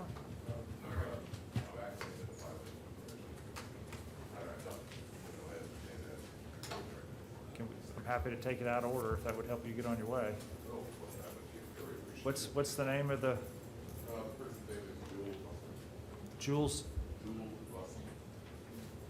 Can we get that defendant up? Yes, Your Honor. What is she here for, if I may ask? Is it a misdemeanor pleable, traffic? Just so I can find out in the docket. Yeah, do you know what she's here for, Mr. Vassbinder? Sorry? Do you know what she's here for? What the current charge is? The current charges are armed trespass to an occupied dwelling. Oh, was Armed? that yesterday? So we're not doing her IA today. Her IA's already been done, right?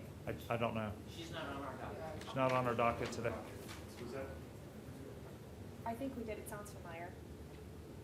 might have been done, yes, do we have a case? Spell the last name for me, please. Russell, R-U-S-S-E-L-L. Jewel is the person. Jewel? Yeah, it's a male. Jewel Russell. Yeah, yesterday. Is it possible, I know he's in jail right now, is it possible to get a signature, as far as a violation of probation? A signature from me? Yes. You may approach. Sorry, Your Honor. That's all right. It's a hit or miss, kind of thing for us on this particular day.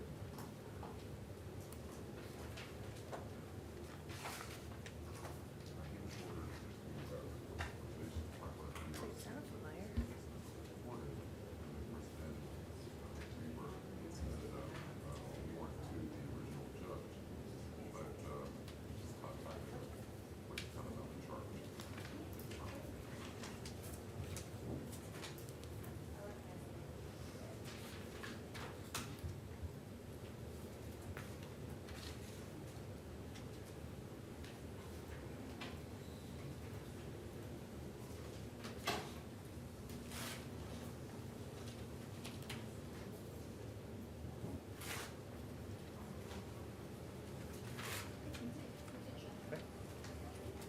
Very welcome.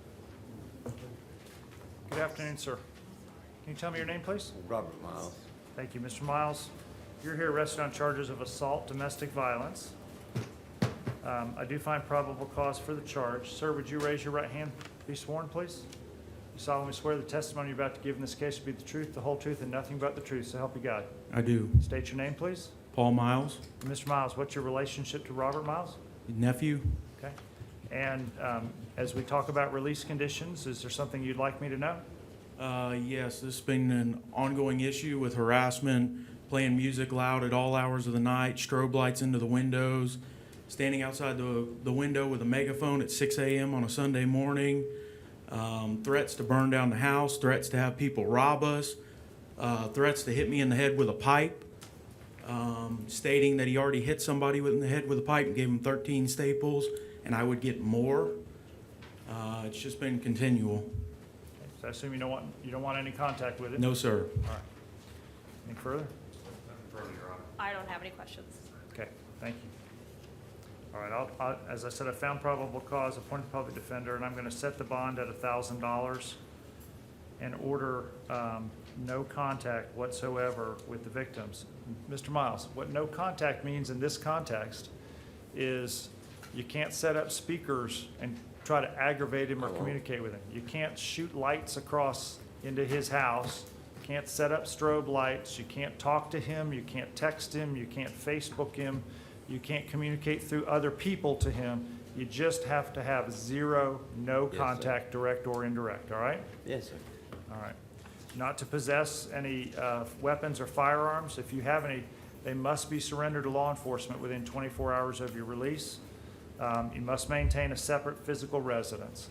If you all are next door neighbors, I'm not going to prohibit you from living. I own my own home. I'm not going to prohibit you from living in your house. You can live there, but you can't cross the property line and you can't send sound, light, signs, or anything else across, okay?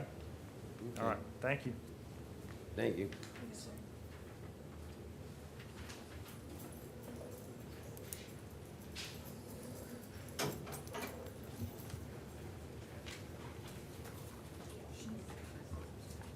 Your name, please, sir? Albert Rodriguez. Sir, you're here arrested on charges of battery, domestic violence. I do find probable cause for the charges. Ma'am, would you raise your right hand? You solemnly swear the testimony you're about to give will be the truth, the whole truth, and nothing but the truth, so help you God. Yes. Tell me your name. Lorelei Rodriguez. And Ms. Rodriguez, what's your relationship? I'm his sister. Okay.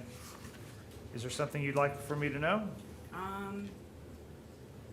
Well, he got arrested a couple weeks ago or a month ago, and he got diagnosed with manic depression and psychosis. That's not true.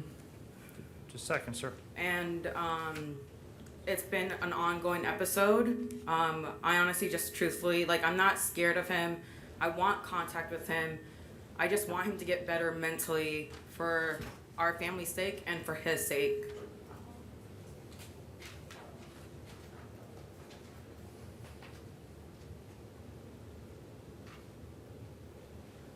Is that case outstanding? What I'm showing, Your Honor, is there was an open Seminole County case. Is it in Seminole County, ma'am? It's Seminole County. He got released out with bail. He's out on a bond right now. I think it was September. Don't remember exact date, but it was in September at some time. Was that a domestic violence case? No. He got arrested for resisting arrest with Leo without violence. Your Honor, it shows here battery on officer or firefighter and resisting attack. Oh, I'm sorry. I have listed. To your knowledge, is he in treatment of any sort for his mental health issues? Right now, I know that he's in contact with his lawyer, and they are trying to get him to go to a psychiatrist. Why is it that he doesn't qualify for PTR? You know, because he's out on bond, Oh. and that's for the background pipeline. Your Honor, he is out on bond in a Seminole County case, but we can't take any action on that. May I inquire? No. Are you afraid of Mr. Rodriguez? I am not afraid. Would you like contact with him? I do want contact. Do you want Mr. Rodriguez to be able to live with you? I do, yes. Okay. Given the alleged victim's testimony, I would be asking for no hostile contact and they be allowed to live in the same residence, and that you set a reasonable bond since he doesn't qualify for pretrial release. Your Honor, may I inquire? May I inquire, Your Honor? You may. Does he currently reside with you at your residence? He does. I've had not been at my house. I've been staying with my boyfriend for a couple of days. Been staying for him for a couple of days, and only because of his episodes that he's been going through.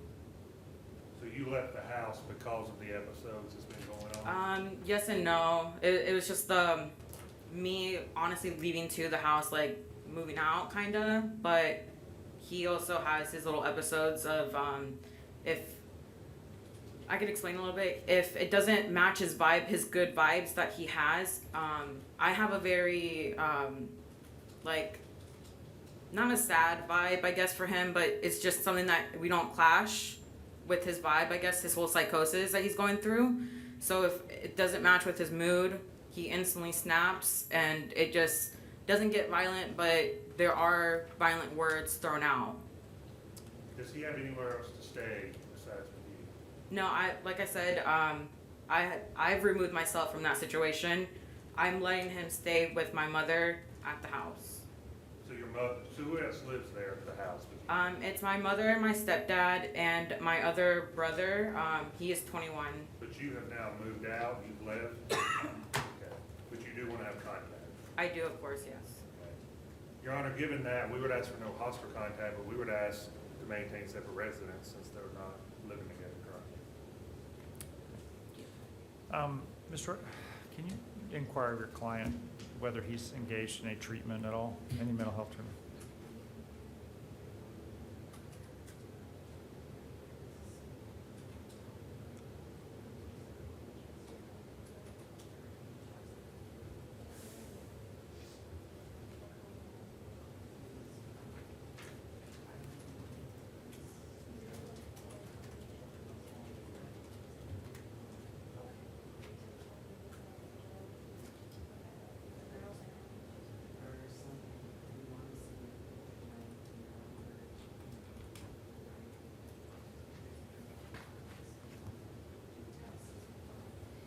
He's informed me that his lawyer is helping him find the right doctor to see if there's a chemical imbalance or if his neurons are right. I'm just quoting what I have. I'm not a medical professional.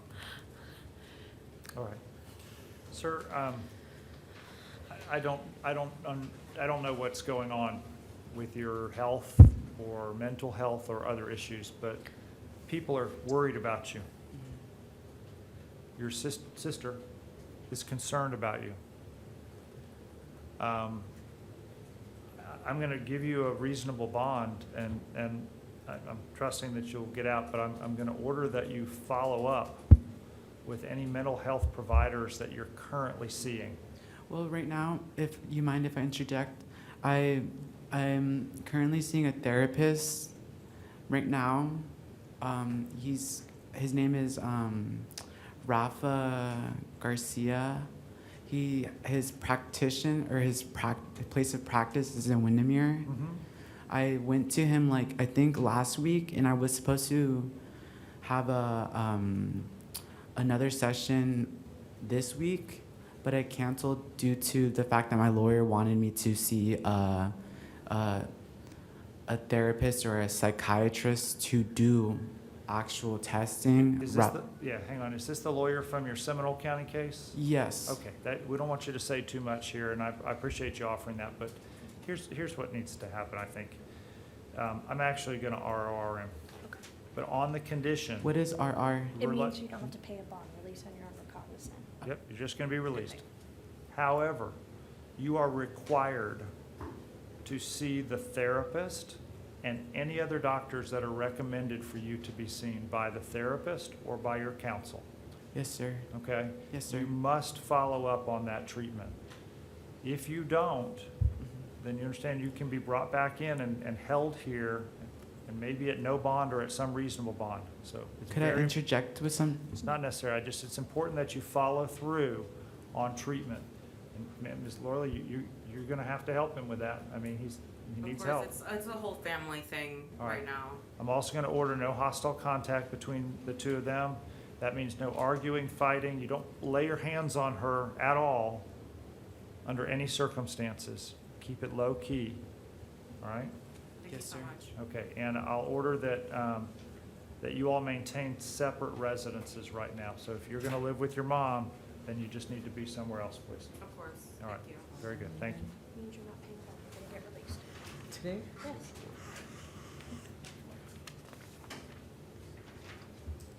Good morning, ma'am. What's your name, please? St. Tilmon. Ms. St. Amant, you are here arrested on charges of battery, domestic violence. I do find probable cause for the charge, and I'll appoint you don't qualify for the Public Defender's Office services, so you're gonna need to go hire a lawyer, okay?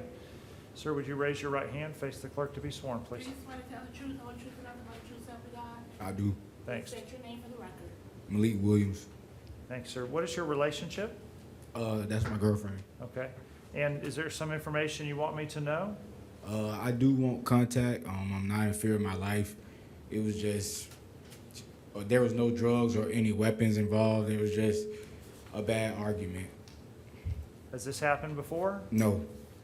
Do you all live together? Yes. We've been living together since 2017. And you want her to return home with you? Yes. Okay.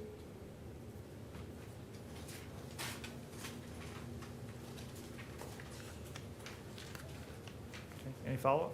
Does anyone reside in the home with you? No. So it's just you two residing there? Correct. And you do not fear for your safety? No. No further questions. Any further? No, Your Honor. I'm going to order that you be released, Ms. Santamon, straight pretrial release supervision, and that you have no hostile contact with your boyfriend. That means no angry words, no arguing, no fighting. You certainly don't lay your hands on him unless he gives you permission to do that. Yes, Your Honor. Okay, no physical violence. In addition, you are not to possess any weapons or firearms. If you have any, they must be surrendered to law enforcement within 24 hours of your release. That was already confiscated. I understand, but if there's anything else, I just want you to know you're under that order, okay? Yes, Your Honor. All right. And thank you.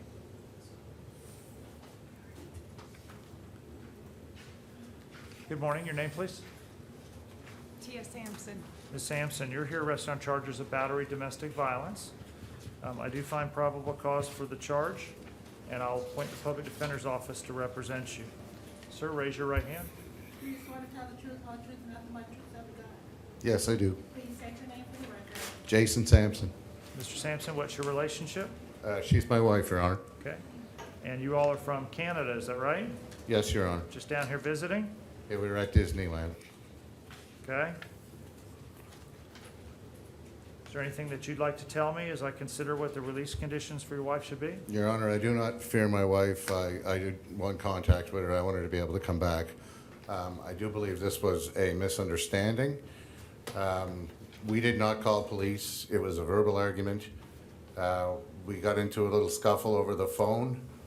I believed at the time that my wife had bit my finger, but I don't now because I was trying to push her away at the same time. It's not a bite mark, it's more of a cut mark. I think maybe at the same time when I went to push, I hit her mouth.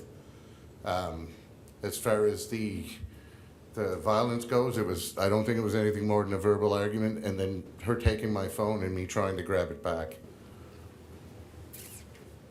Okay. State? Good afternoon. Do you currently reside together? Yes, we do. How long have y'all resided together? How long have we resided? 14 years. And you do have children together, is that correct, kids? We have kids, yes. One 12 and one going to be 16. And they currently reside with y'all? Yes. With you. And they witnessed what happened here, is that correct? One of them actually got involved in it, and yes, they did witness it. It was a verbal argument. It wasn't a fight or anything like that. Like I said, somebody else called from another room or somewhere else. It wasn't, I was gone. The situation was over with when the police actually arrived. I had left, she gave me my phone back. I was just going to get another room. And the situation was completely over. And when I spoke with police, he basically said, we're taking one or the other. So I don't think it was a violent act cause enough for charges. I really don't, but I'm not the law down here. And I understand. Has anything like this happened in the past? we had one incident years ago.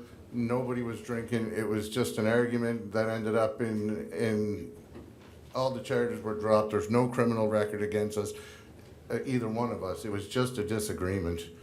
And I mean, like I said, even Saturday night, it escalated. It was over by 15 minutes when the police actually showed up. I left. I was going to book another room, It was a simple argument. And you do not have any fear for your safety? Not a bit. Okay, thank you. I don't have any questions. Your Honor, the state doesn't object to no hostile contact. Seems appropriate. All right, I'm going to, in light of their out-of-country residents that don't qualify for pretrial release supervision, so I'm going to set the bond at $1,000, order no hostile contact. That's no arguing, no angry words, no fighting, no threats, no physical violence, obviously, okay? All right. And it looks to me like alcohol played a role in this. So, Any- ma'am, no alcohol consumption. No problem. Okay, all right, thank you. Thanks.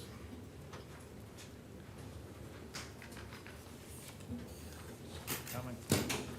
Your name, please, sir? Clarence Williams. Mr. Williams, you're here arrested on charges of battery, domestic violence. I do find probable cause for the charge. You don't qualify for the public defender services, so you'd need to hire a lawyer, okay, based on your income and assets. Ma'am, would you raise your right hand? Do you swear to tell the truth, whole truth, and nothing but the truth, so help you God? Yes, ma'am. Please state your name for the record. Tammy Lloyd, Ma'am, what is your relationship? that's my husband. And is there anything you'd like for me to know as I consider setting release conditions? Yes, Your Honor. It was just a misunderstanding, really. There was no actual physical violence. It was more of, I was just trying to get him to go home in the car, and he kind of just like shoved me off. That's it. I do not fear for him. I have never feared for him. I've been with him for 9 years. We have 2 kids. We have a house together. I definitely want contact with him, and it's just all was a misunderstanding. Okay, you do understand nobody should push you physically. No, I understand that he didn't push me. He more of just, I was trying to get him in the car and he shoved me off. Like, not pushed me. He was just like, I was pulling at his arm. And then more of like he was like grabbing his arm away and stuff, so. Any further? How long have you lived together? We've lived together for 6 years. And who all lives in your same residence? Me, him, and my 2 children, How old are they? 7 months and 5 years old. And has anything like this happened before? Never. Do you fear for your safety? Not at all. No further questions, Your Honor. Okay. It appears that he qualifies for pretrial release and low risk, so I'm going to order him direct PTR out. And sir, you're to have no hostile contact with your girlfriend. That means no arguments, no angry words, no fighting, no threats, no violence, period. I take that very seriously. If you violate that and you come back, you're going to be held. Yes, sir. Okay? And you're not permitted to possess any weapons or firearms. If you have any, they must be surrendered to law enforcement within 24 hours of your release. Yes, sir. Okay? And no alcohol, not to consume any alcohol during this time. And you will be subject to random alcohol testing through pretrial release. Okay, thank you. Thank you.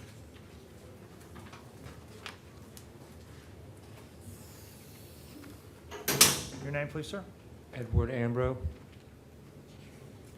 Mr. Ambrose.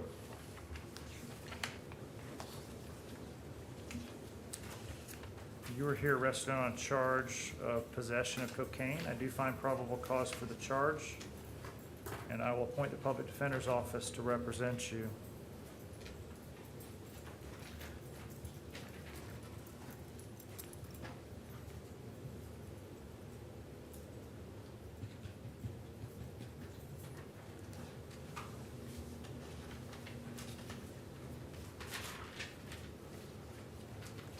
It appears that you were out on bond in 2019 CF 12929, and that you were recommitted to custody, and the bond then would have been endorsed back. Is that correct? Am I understanding correct? I'm looking up to verify now. And so my question is, does that mean he still has a $1,000 bond on the other case? Yes. Just that he has not bonded at this point in effect by virtue of having been surrendered back to commitment? Yeah, you're correct, Your Honor. It was endorsed by Moncrief last night. Okay. So he's got the other case and he's got a $1,000 bond on that. And I'm going to stay the bond at this case on $1,000 and order that you not consume or possess any illegal drugs. If you've got a drug problem, you need to go get some treatment. You need to figure it out. Okay? All right, thank you. Thank you.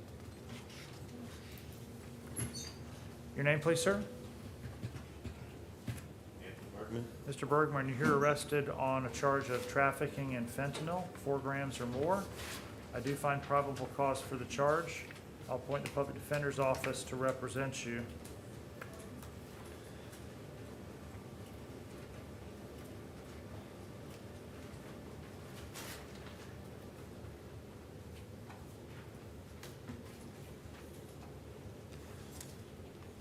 I see that he's on active county probation. Correct, Your Honor, and the warrant may be coming through either today or tomorrow. Okay.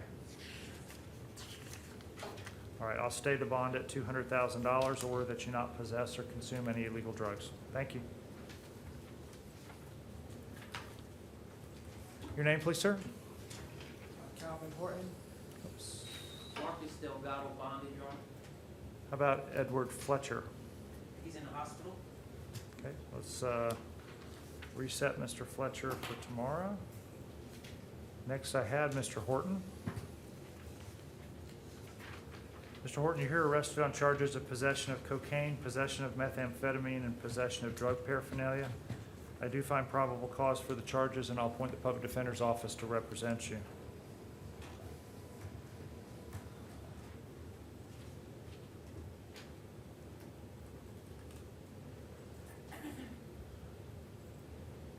There's apparently 2 outstanding Maryland warrants, one of which is a failure to, or both of which are failures to appear. So I'm going to stay your bonds as set at $2,000, $2,000, and $1,000, order that you not possess or consume any illegal drugs. Thank you. Your name, please? Sir Jean-Philippe. Mr. Jean-Philippe, you are here arrested on charges of grand theft, 3rd degree of a motor vehicle, and no valid driver's license. I do find probable cause for the charges, and I'll appoint the Public Defender's Office to represent you. No, we did qualify Mr. Jean-Philippe for straight PTR. No failure to appears.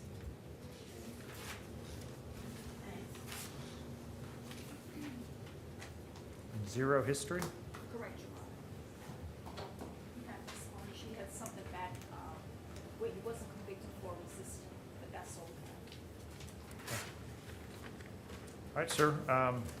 Any objections to PTR? No objection, Your Honor. All right, I'll order you released to pretrial release supervision, and you're not to drive without a valid driver's license. Okay. Thank you. All right, thank you, sir. Your name, please, sir? Karis Jones. Mr. Jones, you were here arrested on charges of possession of a firearm by a convicted felon, possession of ammunition by a convicted felon, and unlawful discharge of a firearm. I find probable cause for each of the charges. I'll appoint the Public Defender's Office to represent you.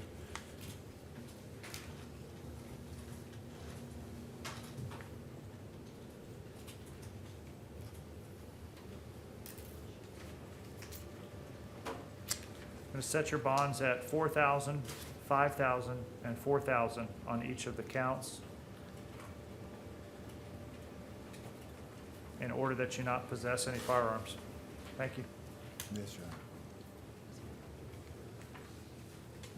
Your name, please? Latoya. Ms. Key, you are here arrested on charges of possession of methamphetamines and possession of drug paraphernalia, as well as a warrant for failure to appear. Probable cause was found in the warrant, and I'm finding it on the possession charges. Your bond is set at 0 on the failure to appear, and will be stayed at $1,000 and $100 on the drug charges. And then I see that you have several open cases. May I be heard on those cases, Your Honor? No charges have been filed, so. Yeah, they're all and they're competency And cases. competency issues, sure. Yes. And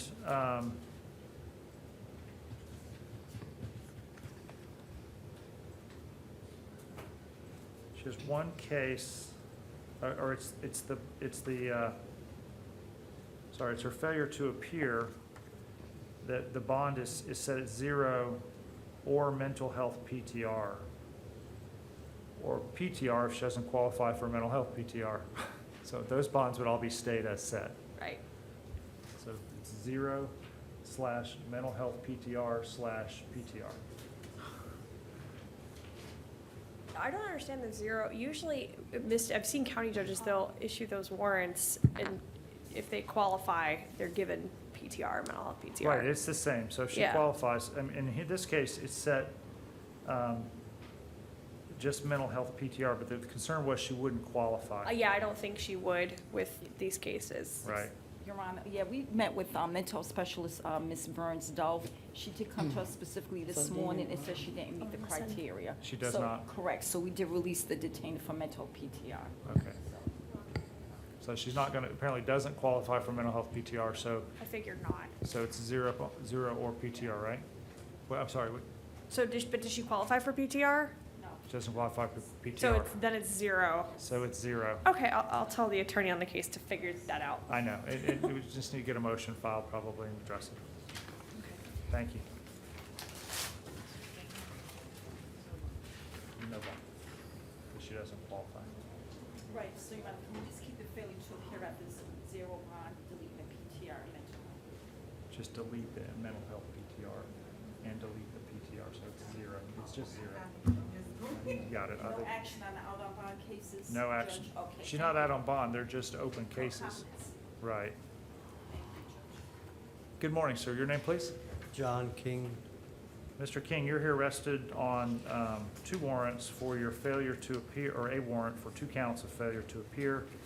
I'll set your, your bond is set at 0 on each of those, and if not appointed, I would appoint the public defenders to represent you at this point. Thank you. Miles Lomax is mental health, Your Honor. I'm sorry, did I put something over here? Thank you. All right. Miles Lomax for mental health, you said? Mental health. Okay, so we'll roll that one to tomorrow.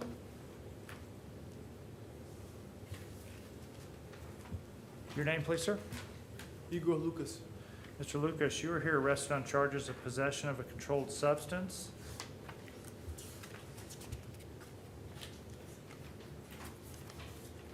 And driving while under the influence. I find probable cause for both of the charges. You don't qualify for the public defender's office, and so you'll need to hire counsel.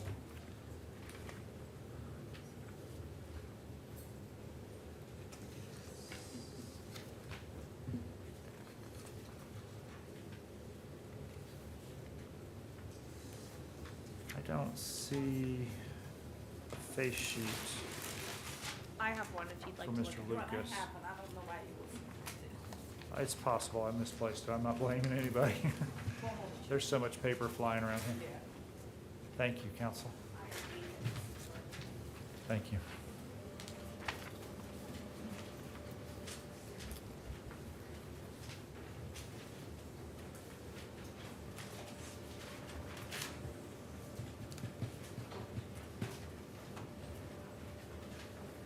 Oh, he's a bond pending, Your Honor. I'm sorry? His bond's been posted, so we don't need to see him. Oh, Mr. Lucas' bond has been posted? Yes, his bond has been posted. They're Okay. probably just processing. All right. Sorry, sir. Sounds like your bonds have been posted. You'll be released if they have been. Thank you, sir. Thank you.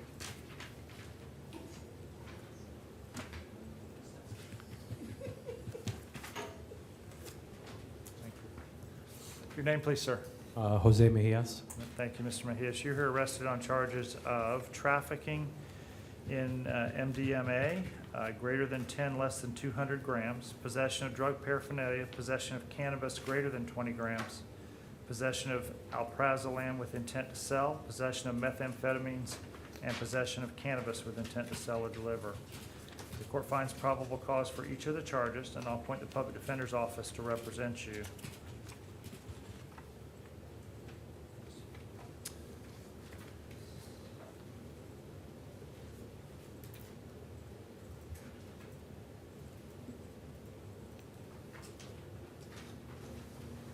Court's going to stay your bonds as set, 50,000 on the first count, 100 150, 150, 150, and 150.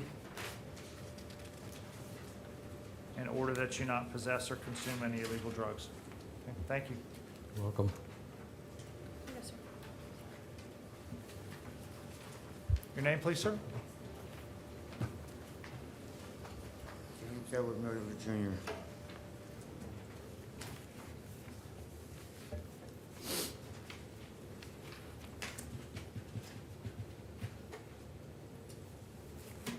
I'm sorry, one more time, sir? James Edward Miller Jr. James Miller. He said James it- Miller, yeah, he said thank his you, I name, James. apologize, sir. Just, I think my ears got tired. Thank you, sir. Sir, you're here arrested on charge of aggravated assault on a law enforcement officer. I do find probable cause for the charge, and I'll appoint the public defender's office to represent you.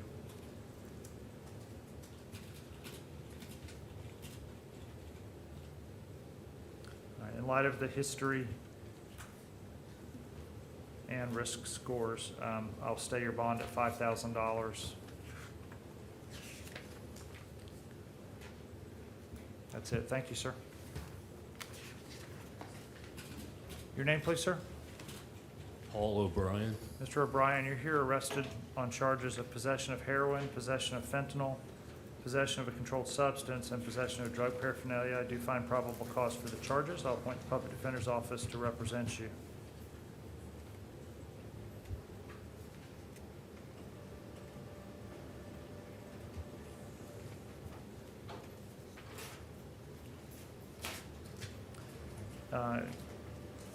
I will stay your bonds at 1,000, 150, 150, and 100 in order that you not possess or consume any illegal drugs.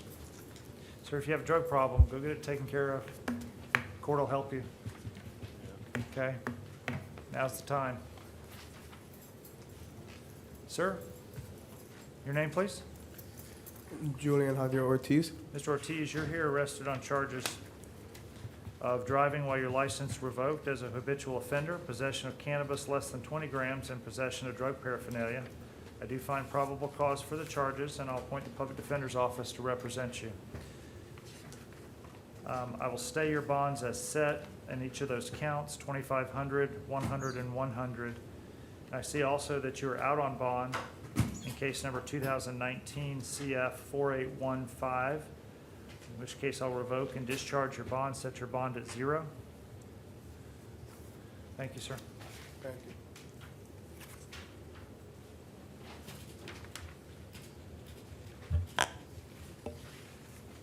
Good morning, Good morning. or afternoon, excuse me. Your name, please? Afternoon.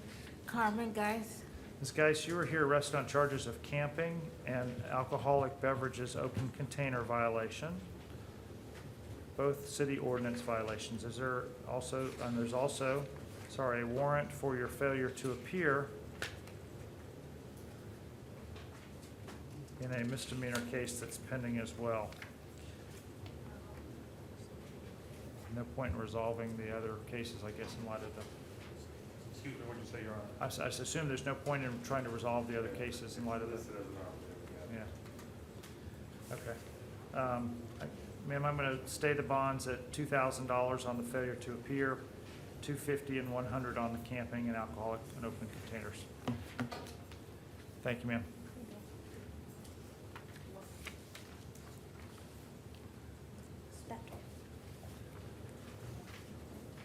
Your name, please, sir? Giuseppe Carbone. Mr. Carbone, you're here arrested on charges of driving while license suspended. I do find probable cause for the charge, and I'll appoint the public defender's office to represent you.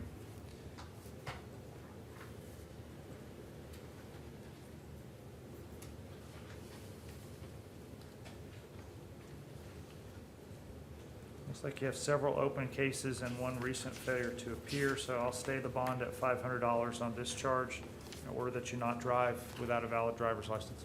Thank you. Your name, please, sir? Lee Davis Jr. Mr. Davis, you are here arrested on charges of driving with your license suspended or revoked. I do find probable cause, and I'll appoint the public defender's office to represent you. Stay your bond at $500 on that charge.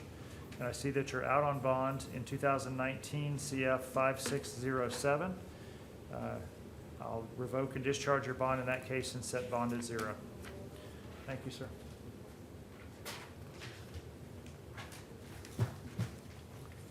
Your name, please, ma'am? Name? Jennifer Warren. Gomez Bravo, bond attorney. Thank you. Ms. Moran, you were here arrested on charges of possession of a suspended driver's license.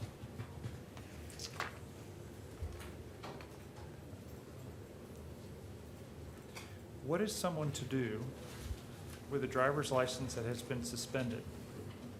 You know, I had a problem. It didn't make any sense to me either. I guess, I don't know what you do if you're in possession of I guess the officer's idea in the affidavit, he said, well, she knew her license was suspended, so she shouldn't have it.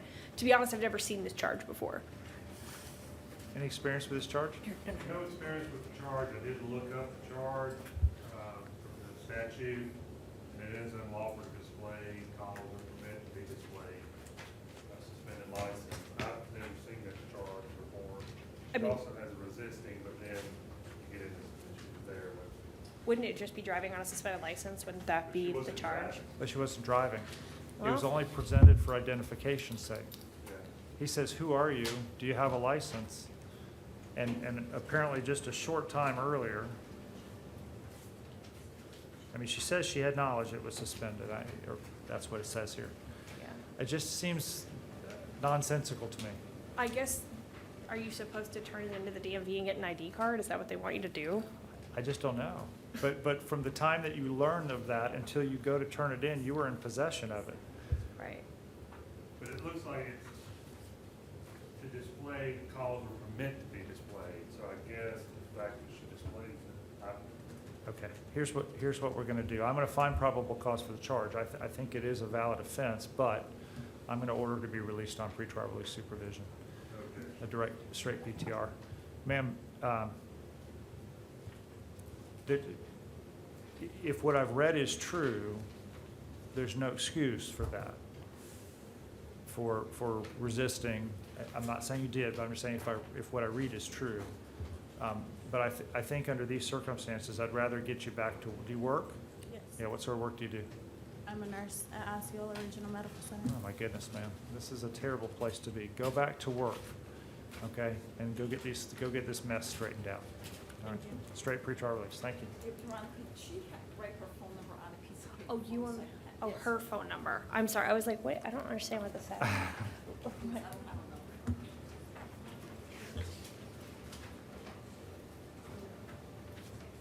She just said that she changed her phone number like 2 days ago and doesn't know it off the top of her head. Can she get it from her property and tell PTR before? Yes.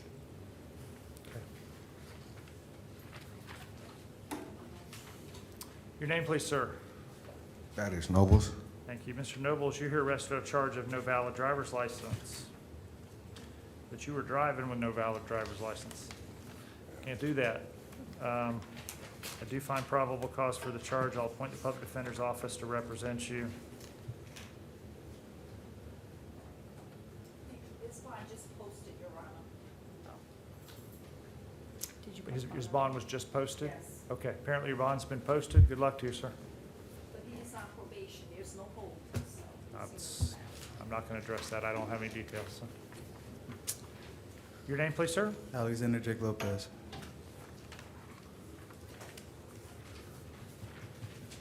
Mr. Lopez, you're arrested on charge of loitering or prowling. I find probable cause, and I'll appoint the public defender's office to represent you. Is there an offer? Not at this time, Sir. Your Honor, given the facts we want to speak, not at this time. Okay, sir, I'm going to stay your bond at $250 and order no return to that property. Your Honor, he would like to know if he could be released on his own recognizance. It's the state's non-monetary bond policy to advocate for ROR in cases such as this. State has no objection. Okay, ROR then. Thank you, sir. Still no return to those premises. Yes, sir.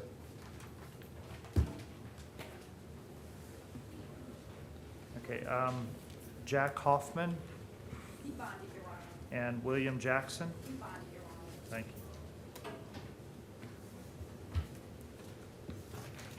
Your name, please? Antoine Neal, sir.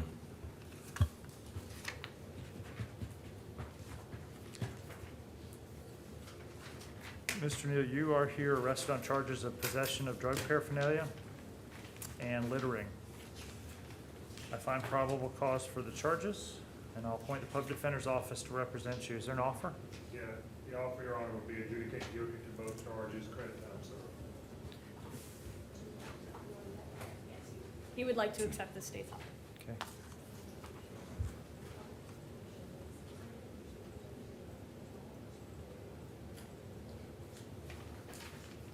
How much did it cost?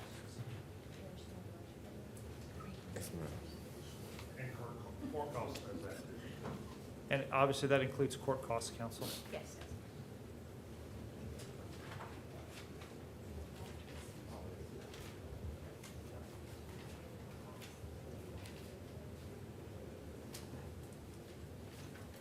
All right, sir, raise your right hand, please.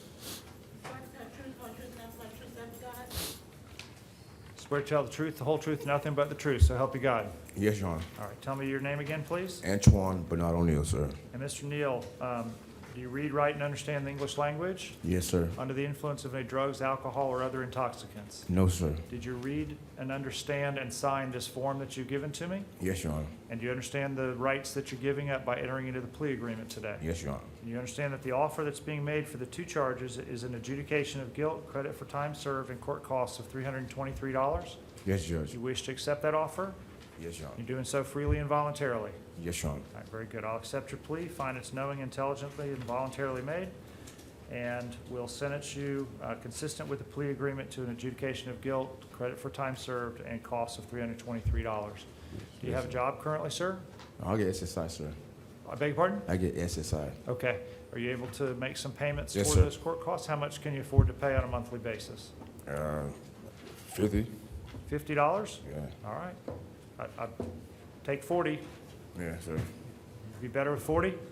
Or you wanna pay Let's do 50? $40 a month. Let's do 40. All right, $40 a month. Yes, sir. And first payment due 40, what are we here? It's October 1st. Let's have the first payment due November 15th. Okay, and Yes, then sir. every month thereafter on the 15th. Counsel? Yes, how many credits? If you have 2 days? Thank you. 2 days, thank you. Thank you, sir.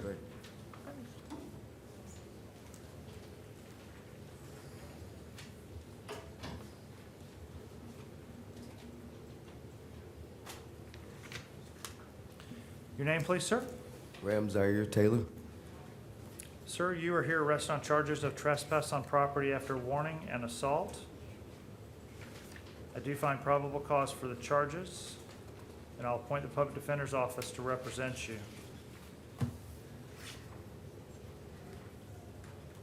Is there an offer? Your Honor, there's not an offer this time because there is a victim.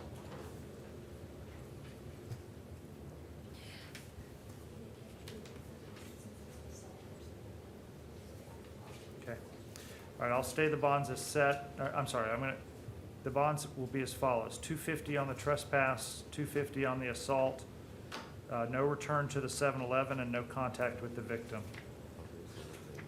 Thank you, sir. Kieran Robinson is mental health, Your Honor. Okay, reset for tomorrow. I'll have an attorney come see you and help you with that, okay? Your name, please, ma'am? Your name, please? Kelly Walrath. Ms. Walworth, you're here arrested on charges of petty theft retail. I do find probable cause for the charge, and I'll appoint the public defender's office to represent you.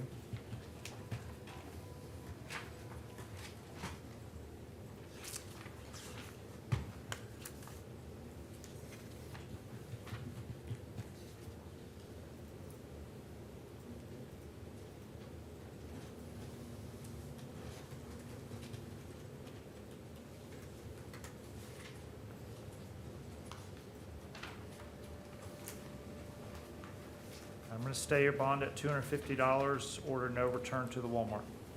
Okay, thank you.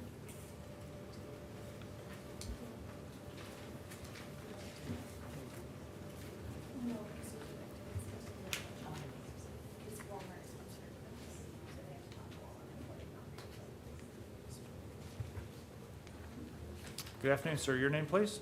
John Rosado. Mr. Rosario, you were here arrested on a warrant for violation of probation. I do find probable cause for the charge based upon the allegations of the new law offense. I'll appoint the public defender's office to represent you, and your bond is set at 0. Your Honor, I'd like to call, this is an out-of-county case, right? I don't have any new charges in front of me. I just want to clarify so he knows. It isn't out of county. What county is it out of? Seminole County? Seminole County. Okay. They'll pick you up in 7 So those should pick you up 24 to 48 hours. If they don't pick you up, let somebody know, and we'll bring you back here, we'll address it. Yes, sir. Thank you. Dankery Butler? East TLT to Brevard County, Your Honor. Okay, thank you. Your name, please, sir? Tell him your name. Jerry Taylor. Thank you, Mr. Taylor. You are arrested on an out-of-county warrant out of Hendry County. And your bond was set at $3,159. And so you will be transferred to Hendry County. Usually takes about 72 hours. So if you haven't been transferred within 3 days, let somebody know and they'll bring you back here to initial appearances and we'll address that. You have a bond of $3,159. Thank you, sir.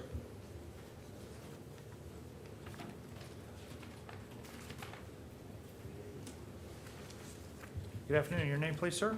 Bruce Ariola. Mr. Ariola, you were here arrested on a warrant for violation of probation. It's alleged that you failed to remain at your residence between 10 p.m. and 6 a.m. due to a curfew, and that you failed to comply with the instructions that were given to you by your probation officer. Your bond is set at 0, and I'll appoint the public defender's office to represent you. Thank you, sir. Luis Ortega, refuse to attend, Your Honor.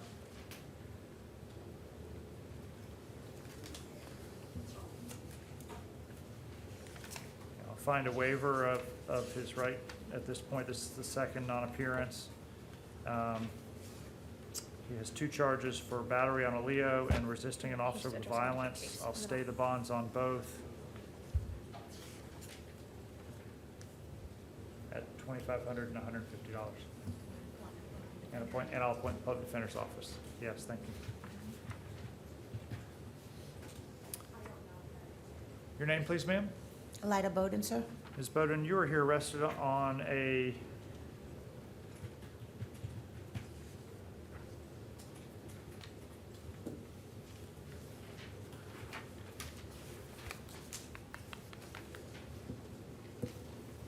on 2 charges.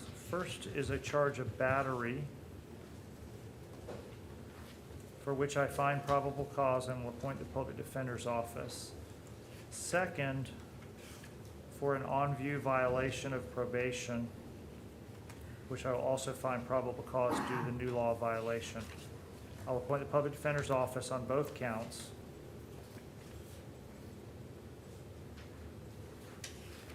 And stay the bond on the battery at $500 and no bond on the violation of probation. Thank you.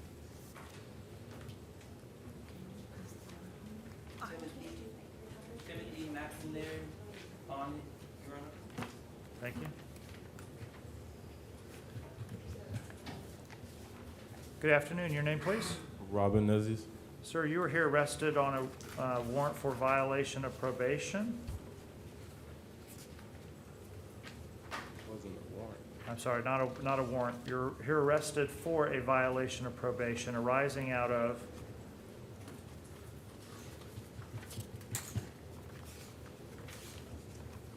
a traffic stop that resulted in your arrest in case number 19-87886. Your Honor, I would challenge probable cause in this case. There's no factual basis in the 4 corners of the affidavit that I have.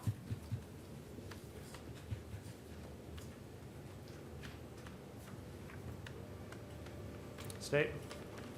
Is she challenging it to the driving while license suspended? Yes. Oh, I found another affidavit. Yeah. I'm gonna withdraw that. The first affidavit I had didn't Yeah, have so there are two charges, I apologize. There's a driving, yes. Driving while license suspended. Is that the one that you're challenging, then therefore the VOP? I'm withdrawing all my PC challenges. apologize. Okay. I only had the one, and it didn't look like there was anything. And my fault, I didn't get to the second one yet, so. All right, do you find probable cause for both charges? I'll set your, or I'll appoint the public defendant. I find probable cause on both charges, sir. It appears that you don't qualify for the public defender services because of assets or income. So it looks like you'll need to hire private counsel or challenge that decision. I do have an attorney, but I wasn't able to speak to him to get him here. Okay. I'll stay your bonds as set then. So no bond on the violation of probation and $250 on the Dwellis. Okay, thank you, sir.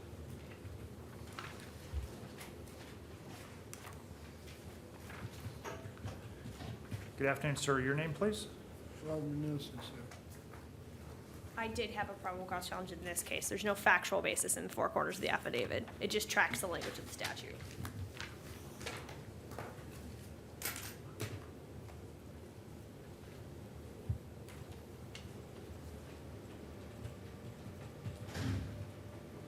Yeah, there's a reference to a supplemental report that I don't have. Neither do I. Neither do I, Your Honor. Could you give the state 24? I would object to that, because if the warrant was in front of you, you wouldn't sign the warrant if there was no probable cause. Don't they have the right to supplement? They don't have the right, it's purely discretionary. I would ask that you ROR him, since it's a non-violent misdemeanor anyway. We would have no objection to the ROR. I'll have him released ROR then.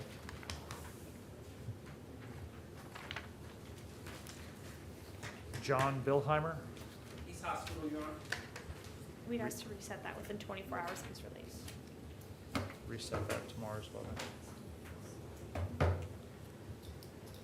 Excuse me, Judge? Yes. I just have a question, referring back to Devaris Jermaine Lewis.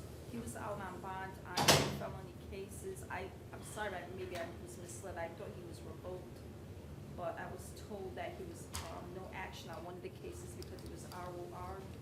And I'm trying to find that in the state attorney where he was ROR. I can give you the case numbers. I just want to make sure. I don't know. I have to see the paperwork. Devaris Jermaine Lewis. He was a misdemeanor pleable. He came in for 2 petty thefts out on bond on felony cases. He was ROR, the one on was that the 33-day motion? No, I don't think so. Here, let me look at the face sheet. But you did revoke the copy bond cases. Yeah, I thought he was revoked. The one that was begging you not to revoke it. Yeah, he kept begging you not to revoke it. Yeah, you revoked his bond. Yeah, I revoked it. Revoked both of them, okay. Both of them. Both, okay. That's fine. Okay. That one, both of them were revoked. I don't know if you put both case numbers in the record, but I did hear you say. Do you need a case number? No, his ROR would be, he was ROR, but it would be revoked. If I didn't do that, then we need to correct that. It can be corrected tomorrow. It's not the end of the world.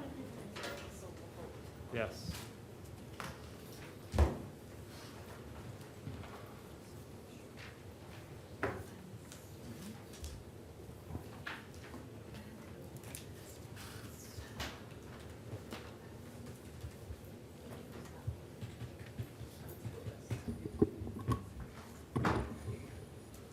This is that last one here for Nielsen.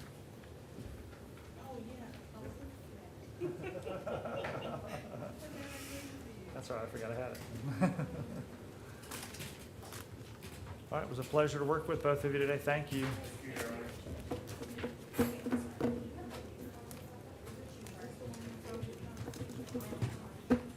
Nielsen? Yeah, was the panhandling? Yeah.